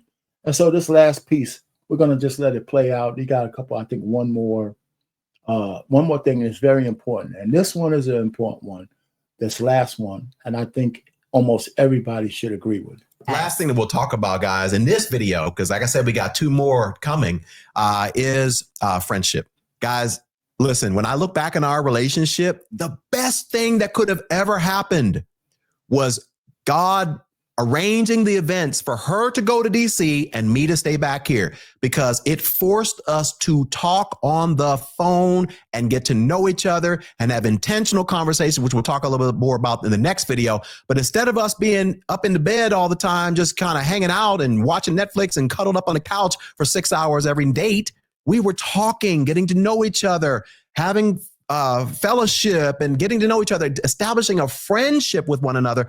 One night, tell them how long we talked one night. Yes. So remember, I'm in DC. He is in Dallas. And we started our conversation, I want to say like at 8 o'clock. Yeah. And by the time, I'm surprised my phone didn't die. By the time we got off the phone, it was 3 o'clock. 7 o'clock in the morning. Yeah, 7 hours. Yeah. So when you're not sleeping with each other, you really get an opportunity to learn about each other, develop a solid friendship. Because the reality is, guys, I don't just love this man, but I like him. And marriage, you're not always going to feel madly in love with your spouse. that may be the majority of the time you don't feel like you're madly in love. But do you like the person? I like him. I like to hang out with him. We like each other so much. We also give each other space. I know what he likes. He likes to go out and play golf. I like to sometimes just, chill with my girls, play tennis. But we not only love each other, we like each other. And that friendship is so important to establish on the dating side, on the front end of marriage.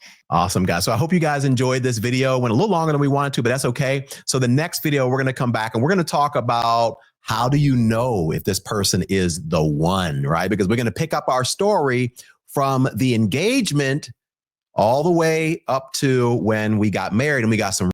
All right, so I'm gonna stop it there. But anybody can go. This is the pars. So if you wanted to go see, talk about, see a little bit more about them, you got there. I don't know if BMU put their link in the description, but it's in there. Hey, what's going on, boss man? Hey man, how you doing, man?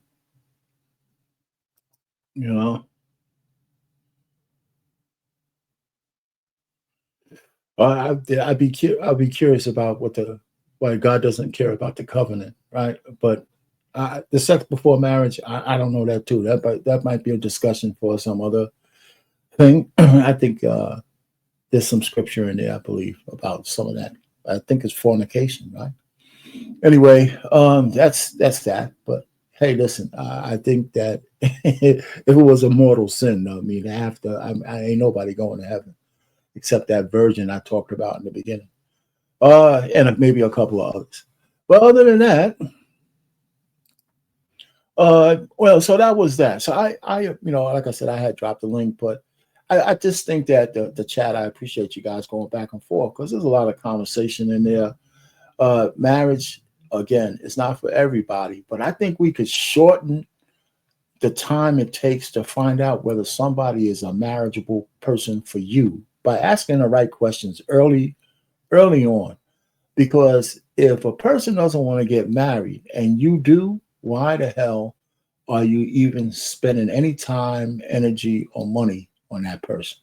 And that goes both ways. That's not just for the man, that's for the woman too, right? Because I think that's where the complication begins, right? Where you guys don't have any intentionality about anything other than the fact that y'all want to bang each other out. Now, that's okay as long as you're honest about that, right? So if you're just looking to hook up and bang each other up, just be honest about that as well. Can that grow into something more meaningful? Yeah, absolutely, it can. But is that the basis of a long-term relationship? I know the last thing you talked about is friendship. I mean, me and my wife are pretty good friends. She actually likes being around me. After when she can't stand me, she finds the furthest part of the house to be in, where she don't have to see me. But she has her little things that she does. I have the things I do. So we give each other as much space as we can, but we enjoy being together. And that was the way we were before we had kids, when we had children, and afterwards. So now that our kids are grown, we don't look at each other as strangers. We always plan to do stuff together. We don't announce it all the time. It doesn't have to be really expensive, but we get out of the environment and do other things, which is cool, and she laughs at my stupid jokes all the time. So as long as that's still there, then there's hope for me until the end.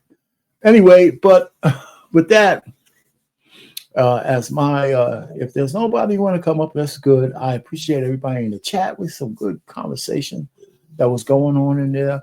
Look, for marriageable people are still, listen, no matter how bad the pee is in the pool at every level, people are still getting married. And, over the objections of people who say they shouldn't, over the fact that, they say women of today aren't marriageable, over a lot of stuff. Hey, Ekene, yeah, man, what's happening? Bring you up. What's going on, man? What's popping? All right, man. So what you got on the topic, man, since you up here? Yeah, I was like, let me not keep Mr. Payne stuff hanging because I didn't even know you wanted people to show up. No, I dropped the link a while ago, man. I went to your, you need to put an email address in your description because I went to your thing before the show to send you an email. You know, Oh, okay. so you need Okay. something like so people could reach you. You know, so there you go. Let me try to send it to you. Oh, you don't have to do it now, but you don't have to do it now. But No, it's on the back room. oh, okay, I got you. I got it. All right. Not on the public. Yeah, I see. Yeah, yeah, yeah. All The right. thing is, What you the got thing about is, marriage? You married? Go ahead, man. Talk to me. What's up? yeah. The thing about it is that what they said is possible, but it's only possible if it's a short-term date. You see what I mean? If it's a Okay. date that happened in short term, it's possible that they didn't do nothing before marriage, which I think indirectly they kind of gave themselves up by saying that they actually did, but it's not. Yeah, Because they I will was have. with them until she was like, nah, I don't think that was what happened. Yeah. You know, I He mean, was, listen, I hear yeah, you. Go ahead. Go ahead. he was trying to make it look like a saint. And she was like, no, I don't think we were all that saint, man. Seems like you can be saying that, Pastor. But another thing is, uh in terms of equally yoke, you see, when you say equally yoke, you get people confused because I think one thing about folks that are Christians, right? Okay. They think if they are Christians, that marriage with non-Christians will never work. That's a Oh, that's lie. not true. Oh, that's not true. I One of the agree. most successful marriages, right, are with people of that are not of the same faith. Like in Nigeria, I know people that are not of the same faith at all. The Mm-hmm. only thing is that the kids practice both faith. You see what I'm saying? They Mm-hmm. practice and they have a higher knowledge because now they know from all sides, not just bias. Because one thing about folks that speak like that is that they believe in indoctrination. So they indoctrinate, they want to stick to theirs, and they don't allow other perspective, and they fight other perspective, and then most people like that are either fanatics or zealous. You see what I'm saying? No, That's no, why they go ahead. Go ahead. Oh.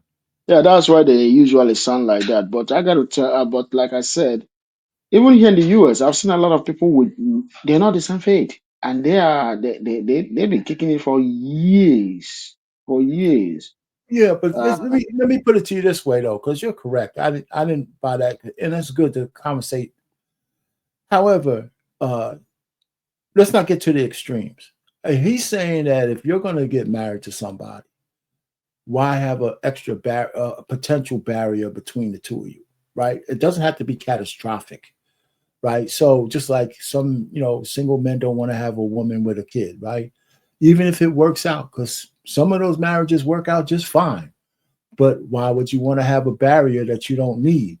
So that's what so it could be the extreme that he's a zealot, of course, or it could be that if I'm gonna find a woman that we're equally yoked, it makes our melding together a little simpler because that's one less thing we gotta discuss. yeah, it's like some people. I'm not saying that he particularly is an No, extreme, but but you see my point though, but right? yeah, of course, hundred So both percent. things could be true, right? The fact is that Mm-hmm. there's a whole bunch of interfaith marriages that work out really well. It's just like sometimes you see some people that like how some folks say that people from this tribe can marry people from the other tribe because they might not get along. Right. Yeah, I know where they're coming from because sometimes when you get somebody from your tribe, communication becomes easy. But guess what? That doesn't mean it guarantees the relationship Oh, that's true. That's true. because communication is not the problem; it's understanding.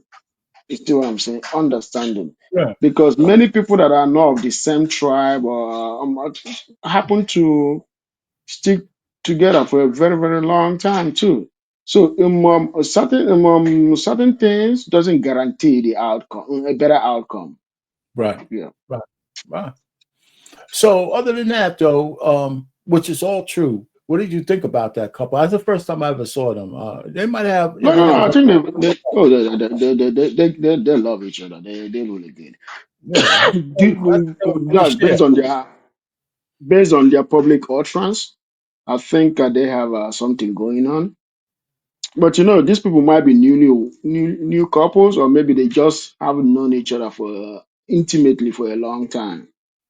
But I think that based on what he was saying, I think they've known each other before, but not intimately for that long before they got married. And then he was just straight up, and then they got married quicker. But I think Yeah, that they have great things going on.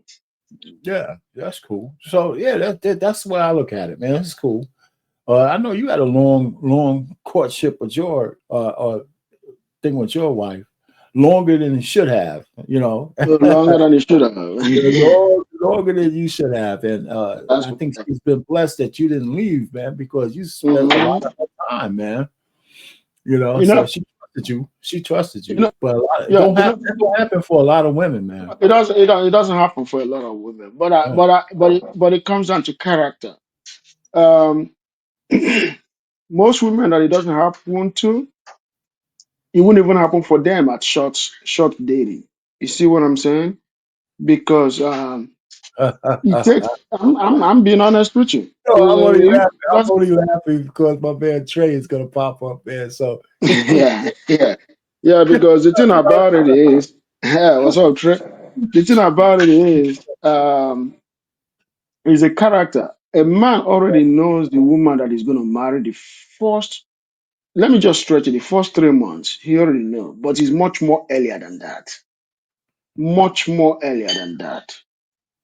But I'm just putting it at average. Not average, but to stretch it, 3 months, a man already knows. Sometimes they end up 5, 10 years.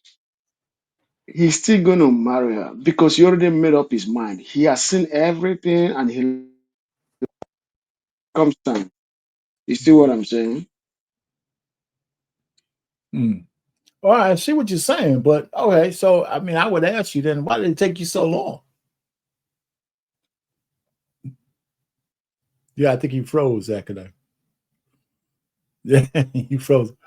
What's going? Yeah, you're frozen, Akadai. I can't hear. What's up, Trey? Let's go. So okay, man. What you got, man? You've been in the chat all day, man. So what's No, okay? Say I mean your, about which part? which part? Any part you want to start with, man? Okay. There's so much there. I agree with you. I don't believe that he traveled from Texas to DC and nothing happened. That doesn't even begin to make sense.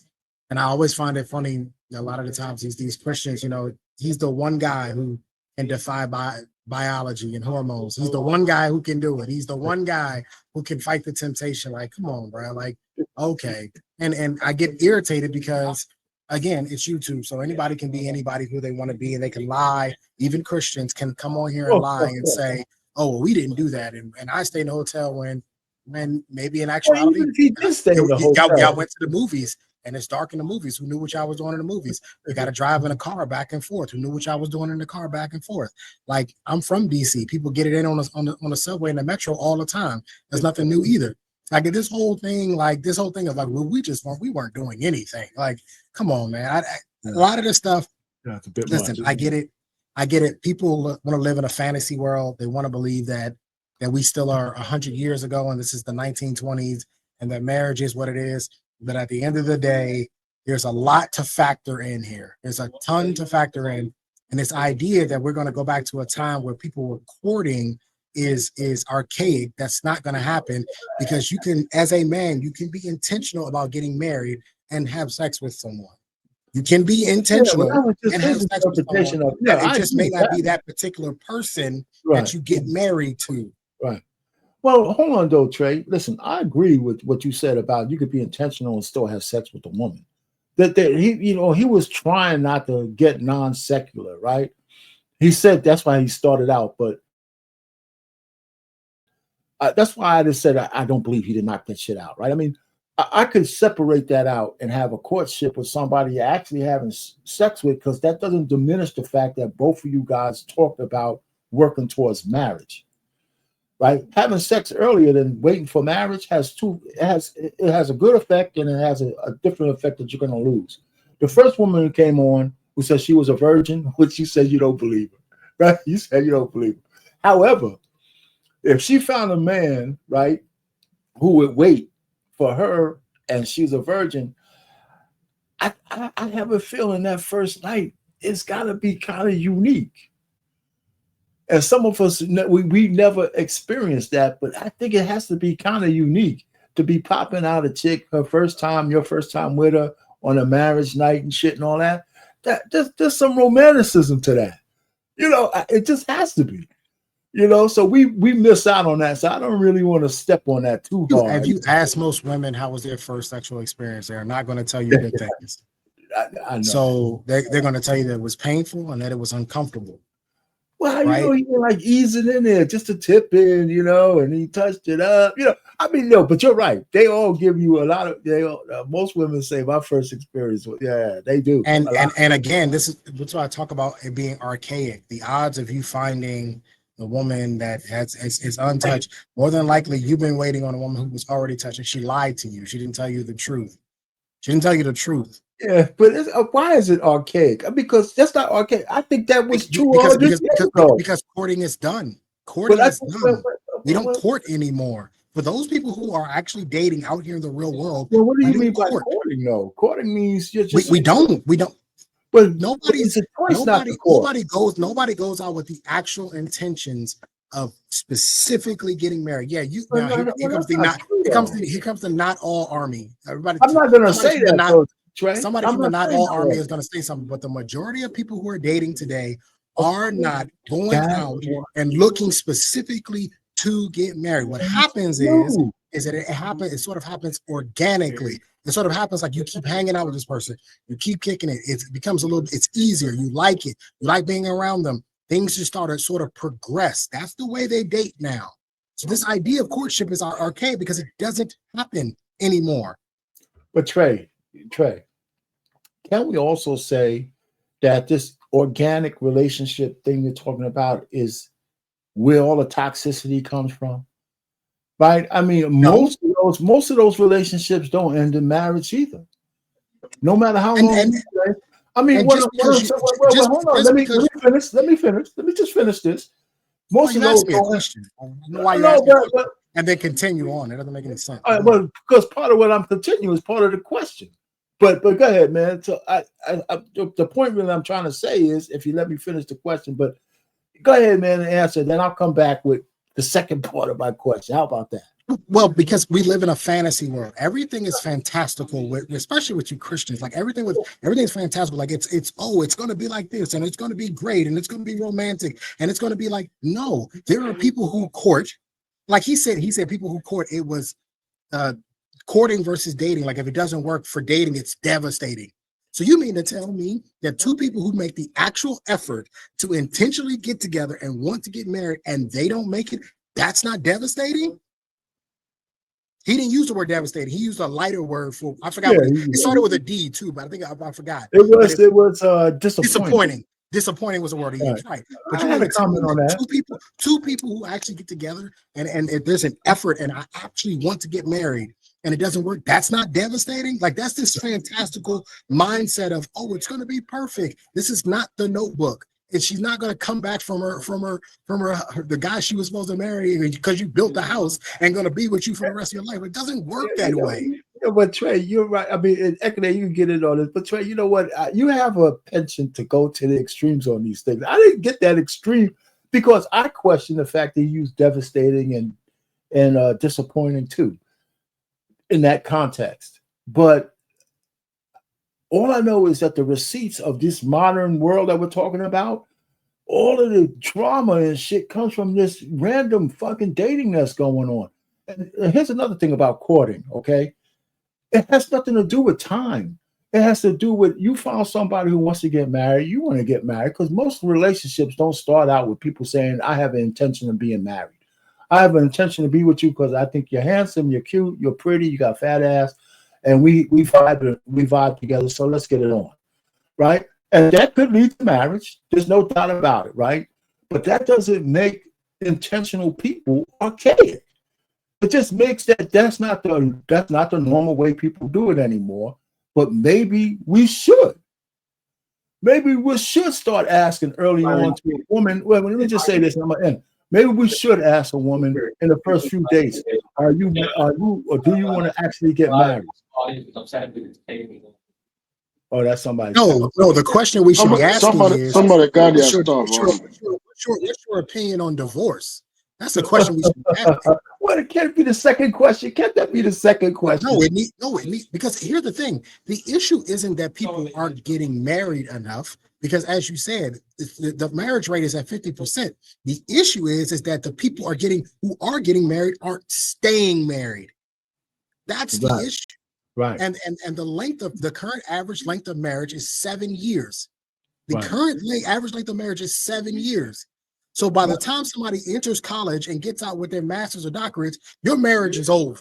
All right. So, but do we have the number of how? But those are mostly people who are in regular relationships, because that's the vast majority of people get in regular relationships. They end up getting married. They don't do proper vetting. They don't have any mentors. They just say, "I feel good. Let's just do it." Vet. You cannot vet in the modern world. I disagree with you there. But it can't be. You're looking for 100% certainty. I'm a single man. Tell me how I vet these women. No. I can't tell you how to vet. You still have a list. Tell me how to vet them. No, but you still have a list of things you're looking for. They just haven't satisfied. You can't confirm any of it. This is why when I hear men say, "Oh, I knew within 3 weeks. I knew within 6 months." How? It's impossible. You don't even know her. Listen, we're talking about women who don't even know themselves. Okay, but you know her well enough to marry her? No, Trey. Let me answer that question. Let me respond to Trey, Mr. Payne.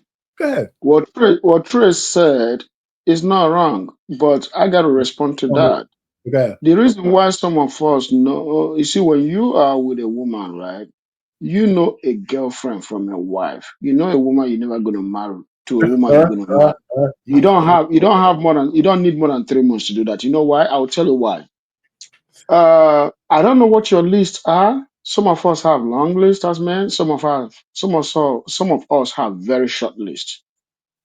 Some of our list is: does she cook? Can she cook? Is she from good family? We go to their family, we find out about their family. Are they crazy? What are they? You see what I'm saying? Do they have good judgment? What is the relationship between her and her father, her mother? Those are things we might end up just finding out within 3 months. You see what I'm saying? And we are satisfied with that, and we go into marriage. And then also arguments.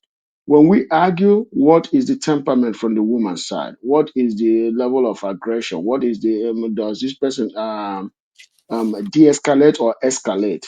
You see, those are questions you ask. Okay, you yourself, what is your because you still have to also see if your lifestyle goes with this person's lifestyle. These are things that traditionally men will have. But then there are other lists. Some people will be like, "Oh, I want her to do this, do that." Some people have some sexual lists. You know what I mean? Not everybody has all those lists. Lists between men and women, lists among men vary. But at the same time, most men have very short lists. But in America here, it might be different because you know why?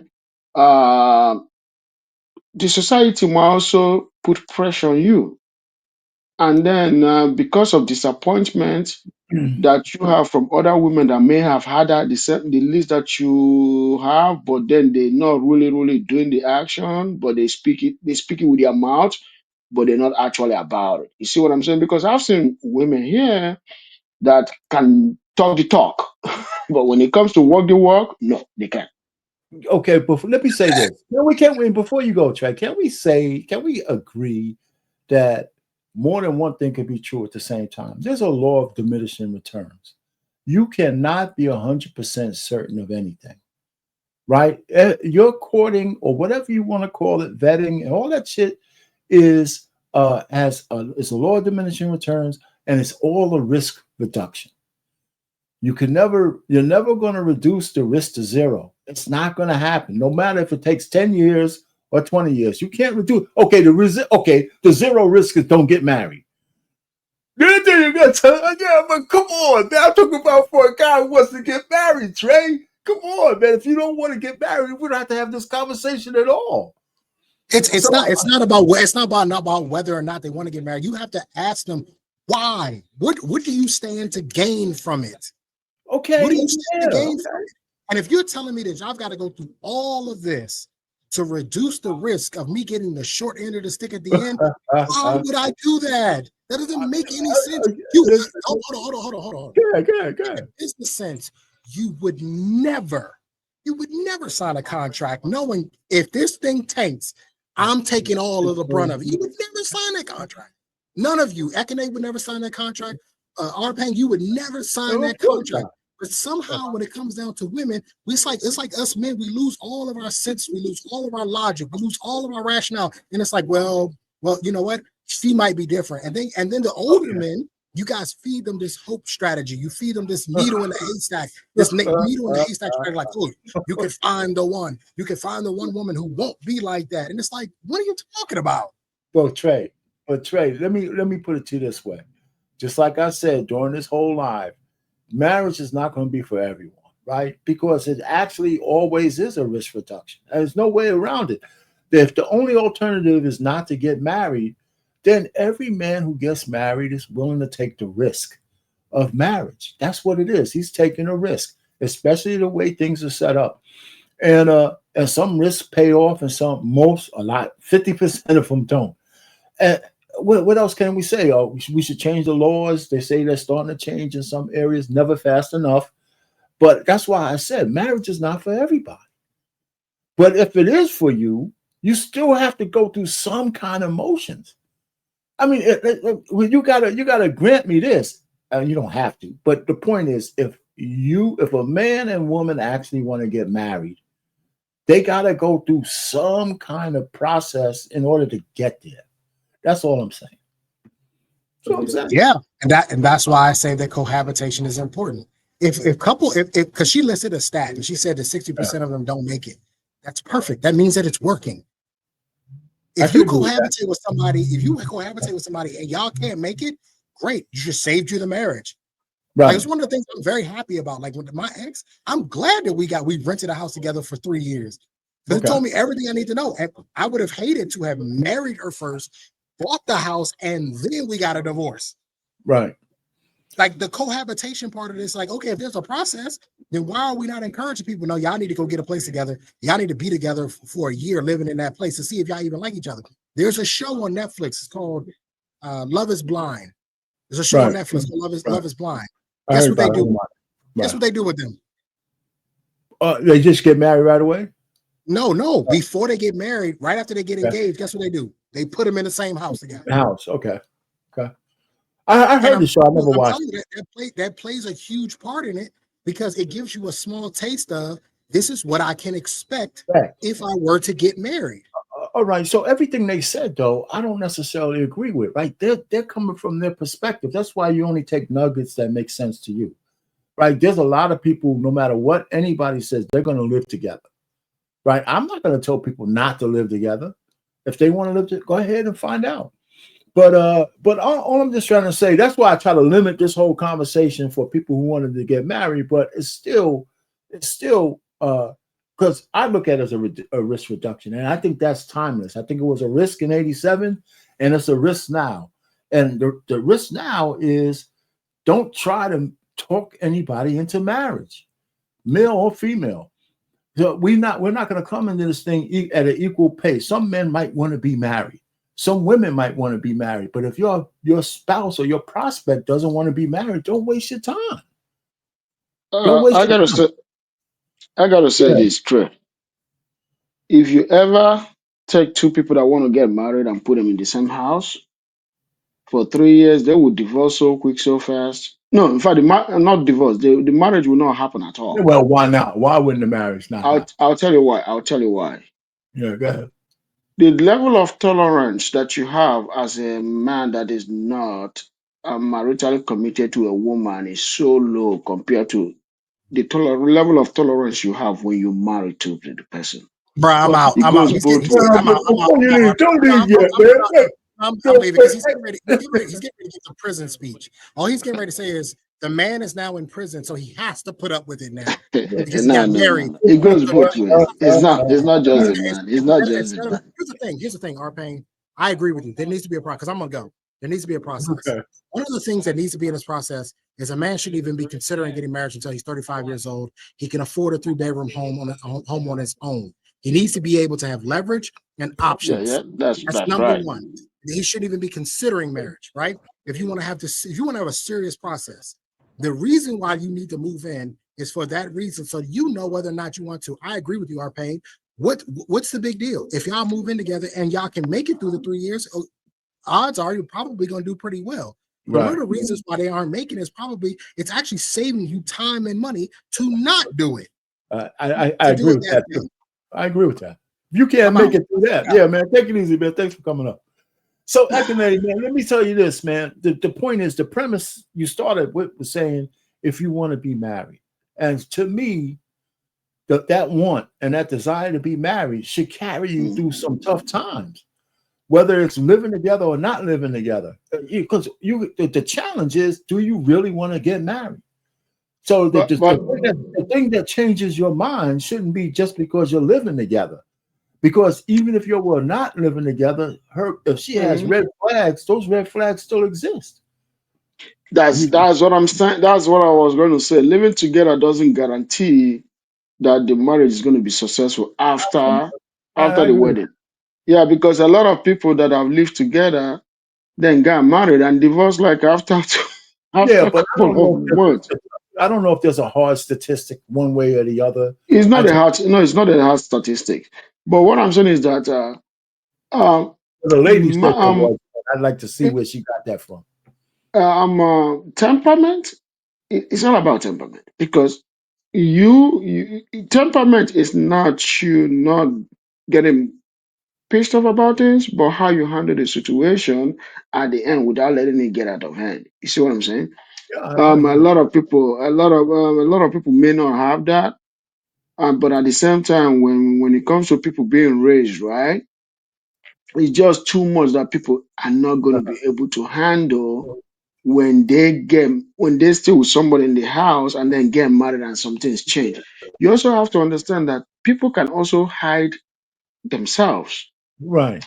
And if you have a girl and you have her in one house and you guys are 1 year together, 2 years together, 3 years together, she might actually act out of character because you're not guaranteeing you're not guaranteeing her marriage. She might be frustrated and then act out of character because she's not getting an assurance from you. You see what I'm saying, right? But what I'm saying to you is that for every scenario, there's another one, right? So it's no wrong answer here. The truth of the matter is that's why I wanted to start from the premise that both the man and the woman want to actually be married. That to me, the assumption I'm making is that they actually want to cross those hurdles to come closer together to find out the real essence of whether they can actually survive together for the long term, for life, to death do they part.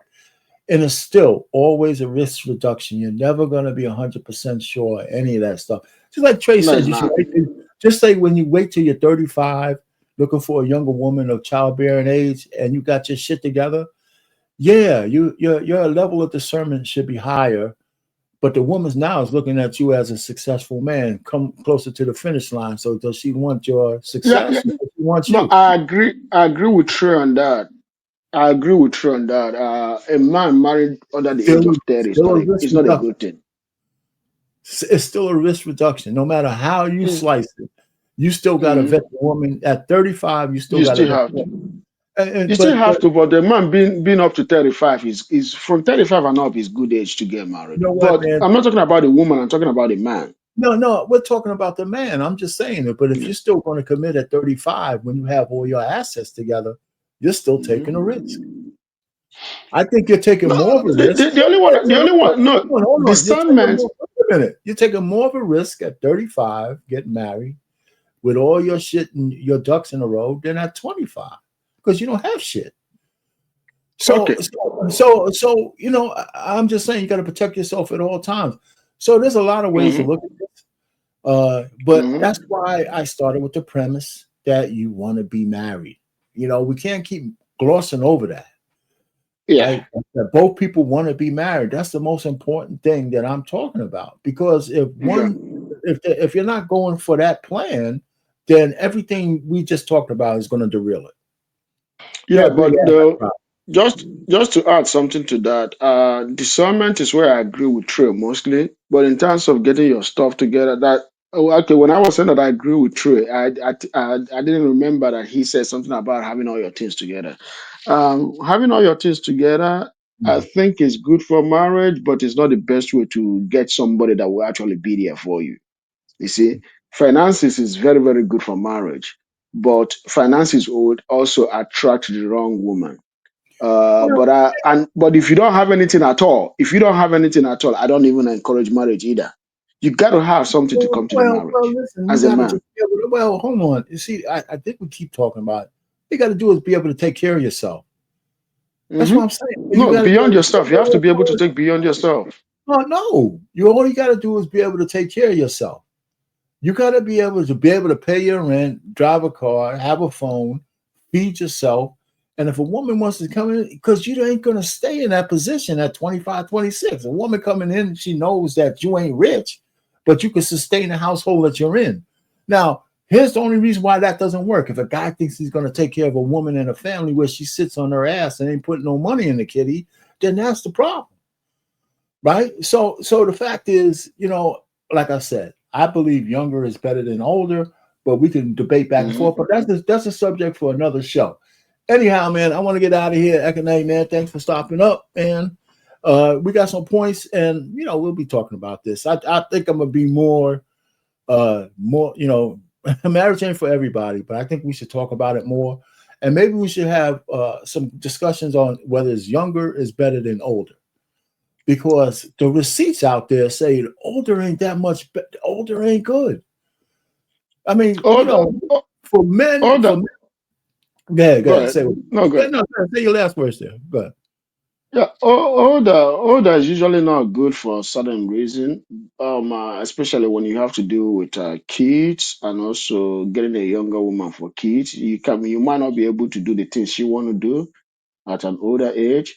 That is one thing with older. Older might not be able to do that. At a younger age, you can be able to run those things, you know, keep up with her, keep up with the kids at a younger age. But also, you also coming to the family broke.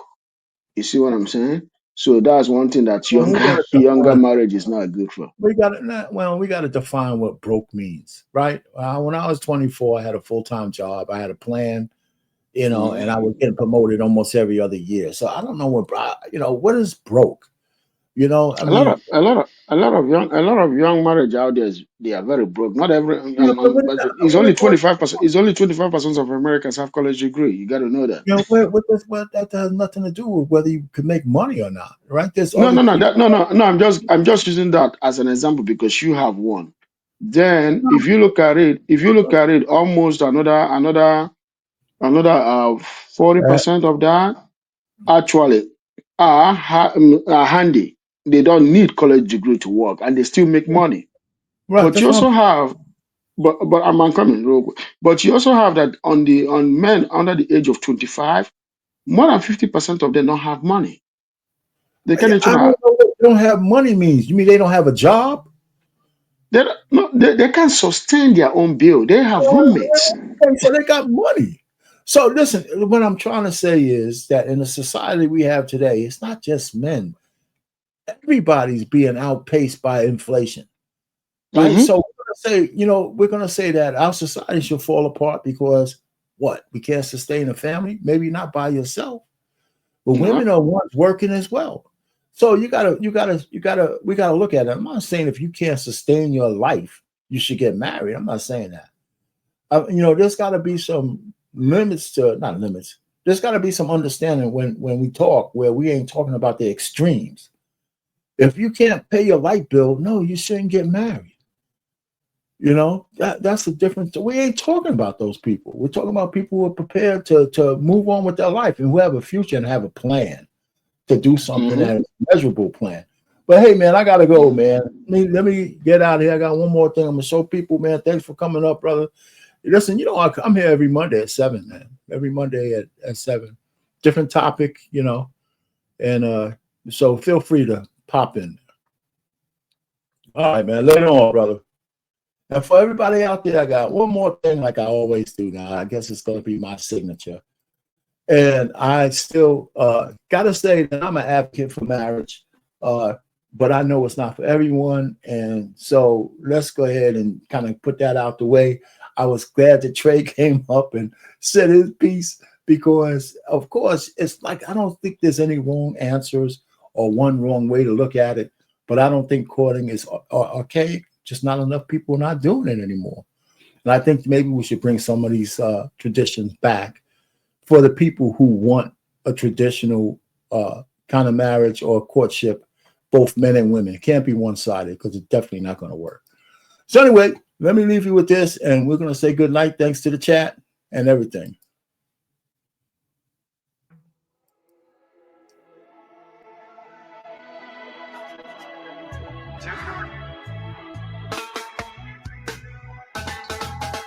In a world that spins so fast, we built a bond that's gonna last. Hand in hand, we face the days, through the highs and all the waves. Commitment, marriage, and family, roots that grow so steadfastly. In the laughter, in the tears, together conquering our fears. Oh, this journey side by side, in our hearts we take the ride. What up? Days of sunshine, nights of dreams, we're the anchor or so it seems. With every story that we share, building memories blooms the love we bear. Commitment, marriage, and family, roots that grow so steadfastly. In the laughter, in the tears, together conquering our fears. On this journey side by side, in our hearts we take the ride. Oh, yeah, yeah, yeah. When the storms are raging, we won't part. With every beat you hold my heart. Through every chapter we'll embrace. In this life we found our place. Commitment, marriage, and family, roots that grow so steadfastly. In the laughter, in the tears, together conquering our fears. On this journey side by side, in our hearts we take the ride.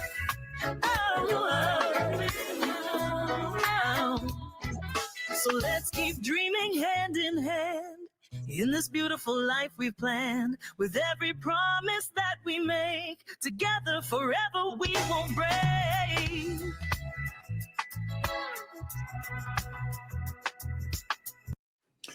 Well, thank you for the chat and everybody who stuck around. Milani, thanks for sticking it out. And Ekene and Trey for coming up. And BMU and everybody else who was in the chat all night. I appreciate it. So good night until next week. Happy New Year. All right, guys, another one in the books. Another great episode on the Black Men Unfiltered Network. Listen, we're doing the thing over here. So, guys, do me a favor. Hit the like button, hit the subscribe button, hit the share button. Also, if you want to donate to the channel, which helps the channel, hit your boy Cash App. It's scrolling right here, right there, at the bottom of the screen. And support the channel. But we're happy that you're here, and we look forward to seeing you on every episode. So hit the notification button so you know when we go live. Thank you again, guys, for watching. We out.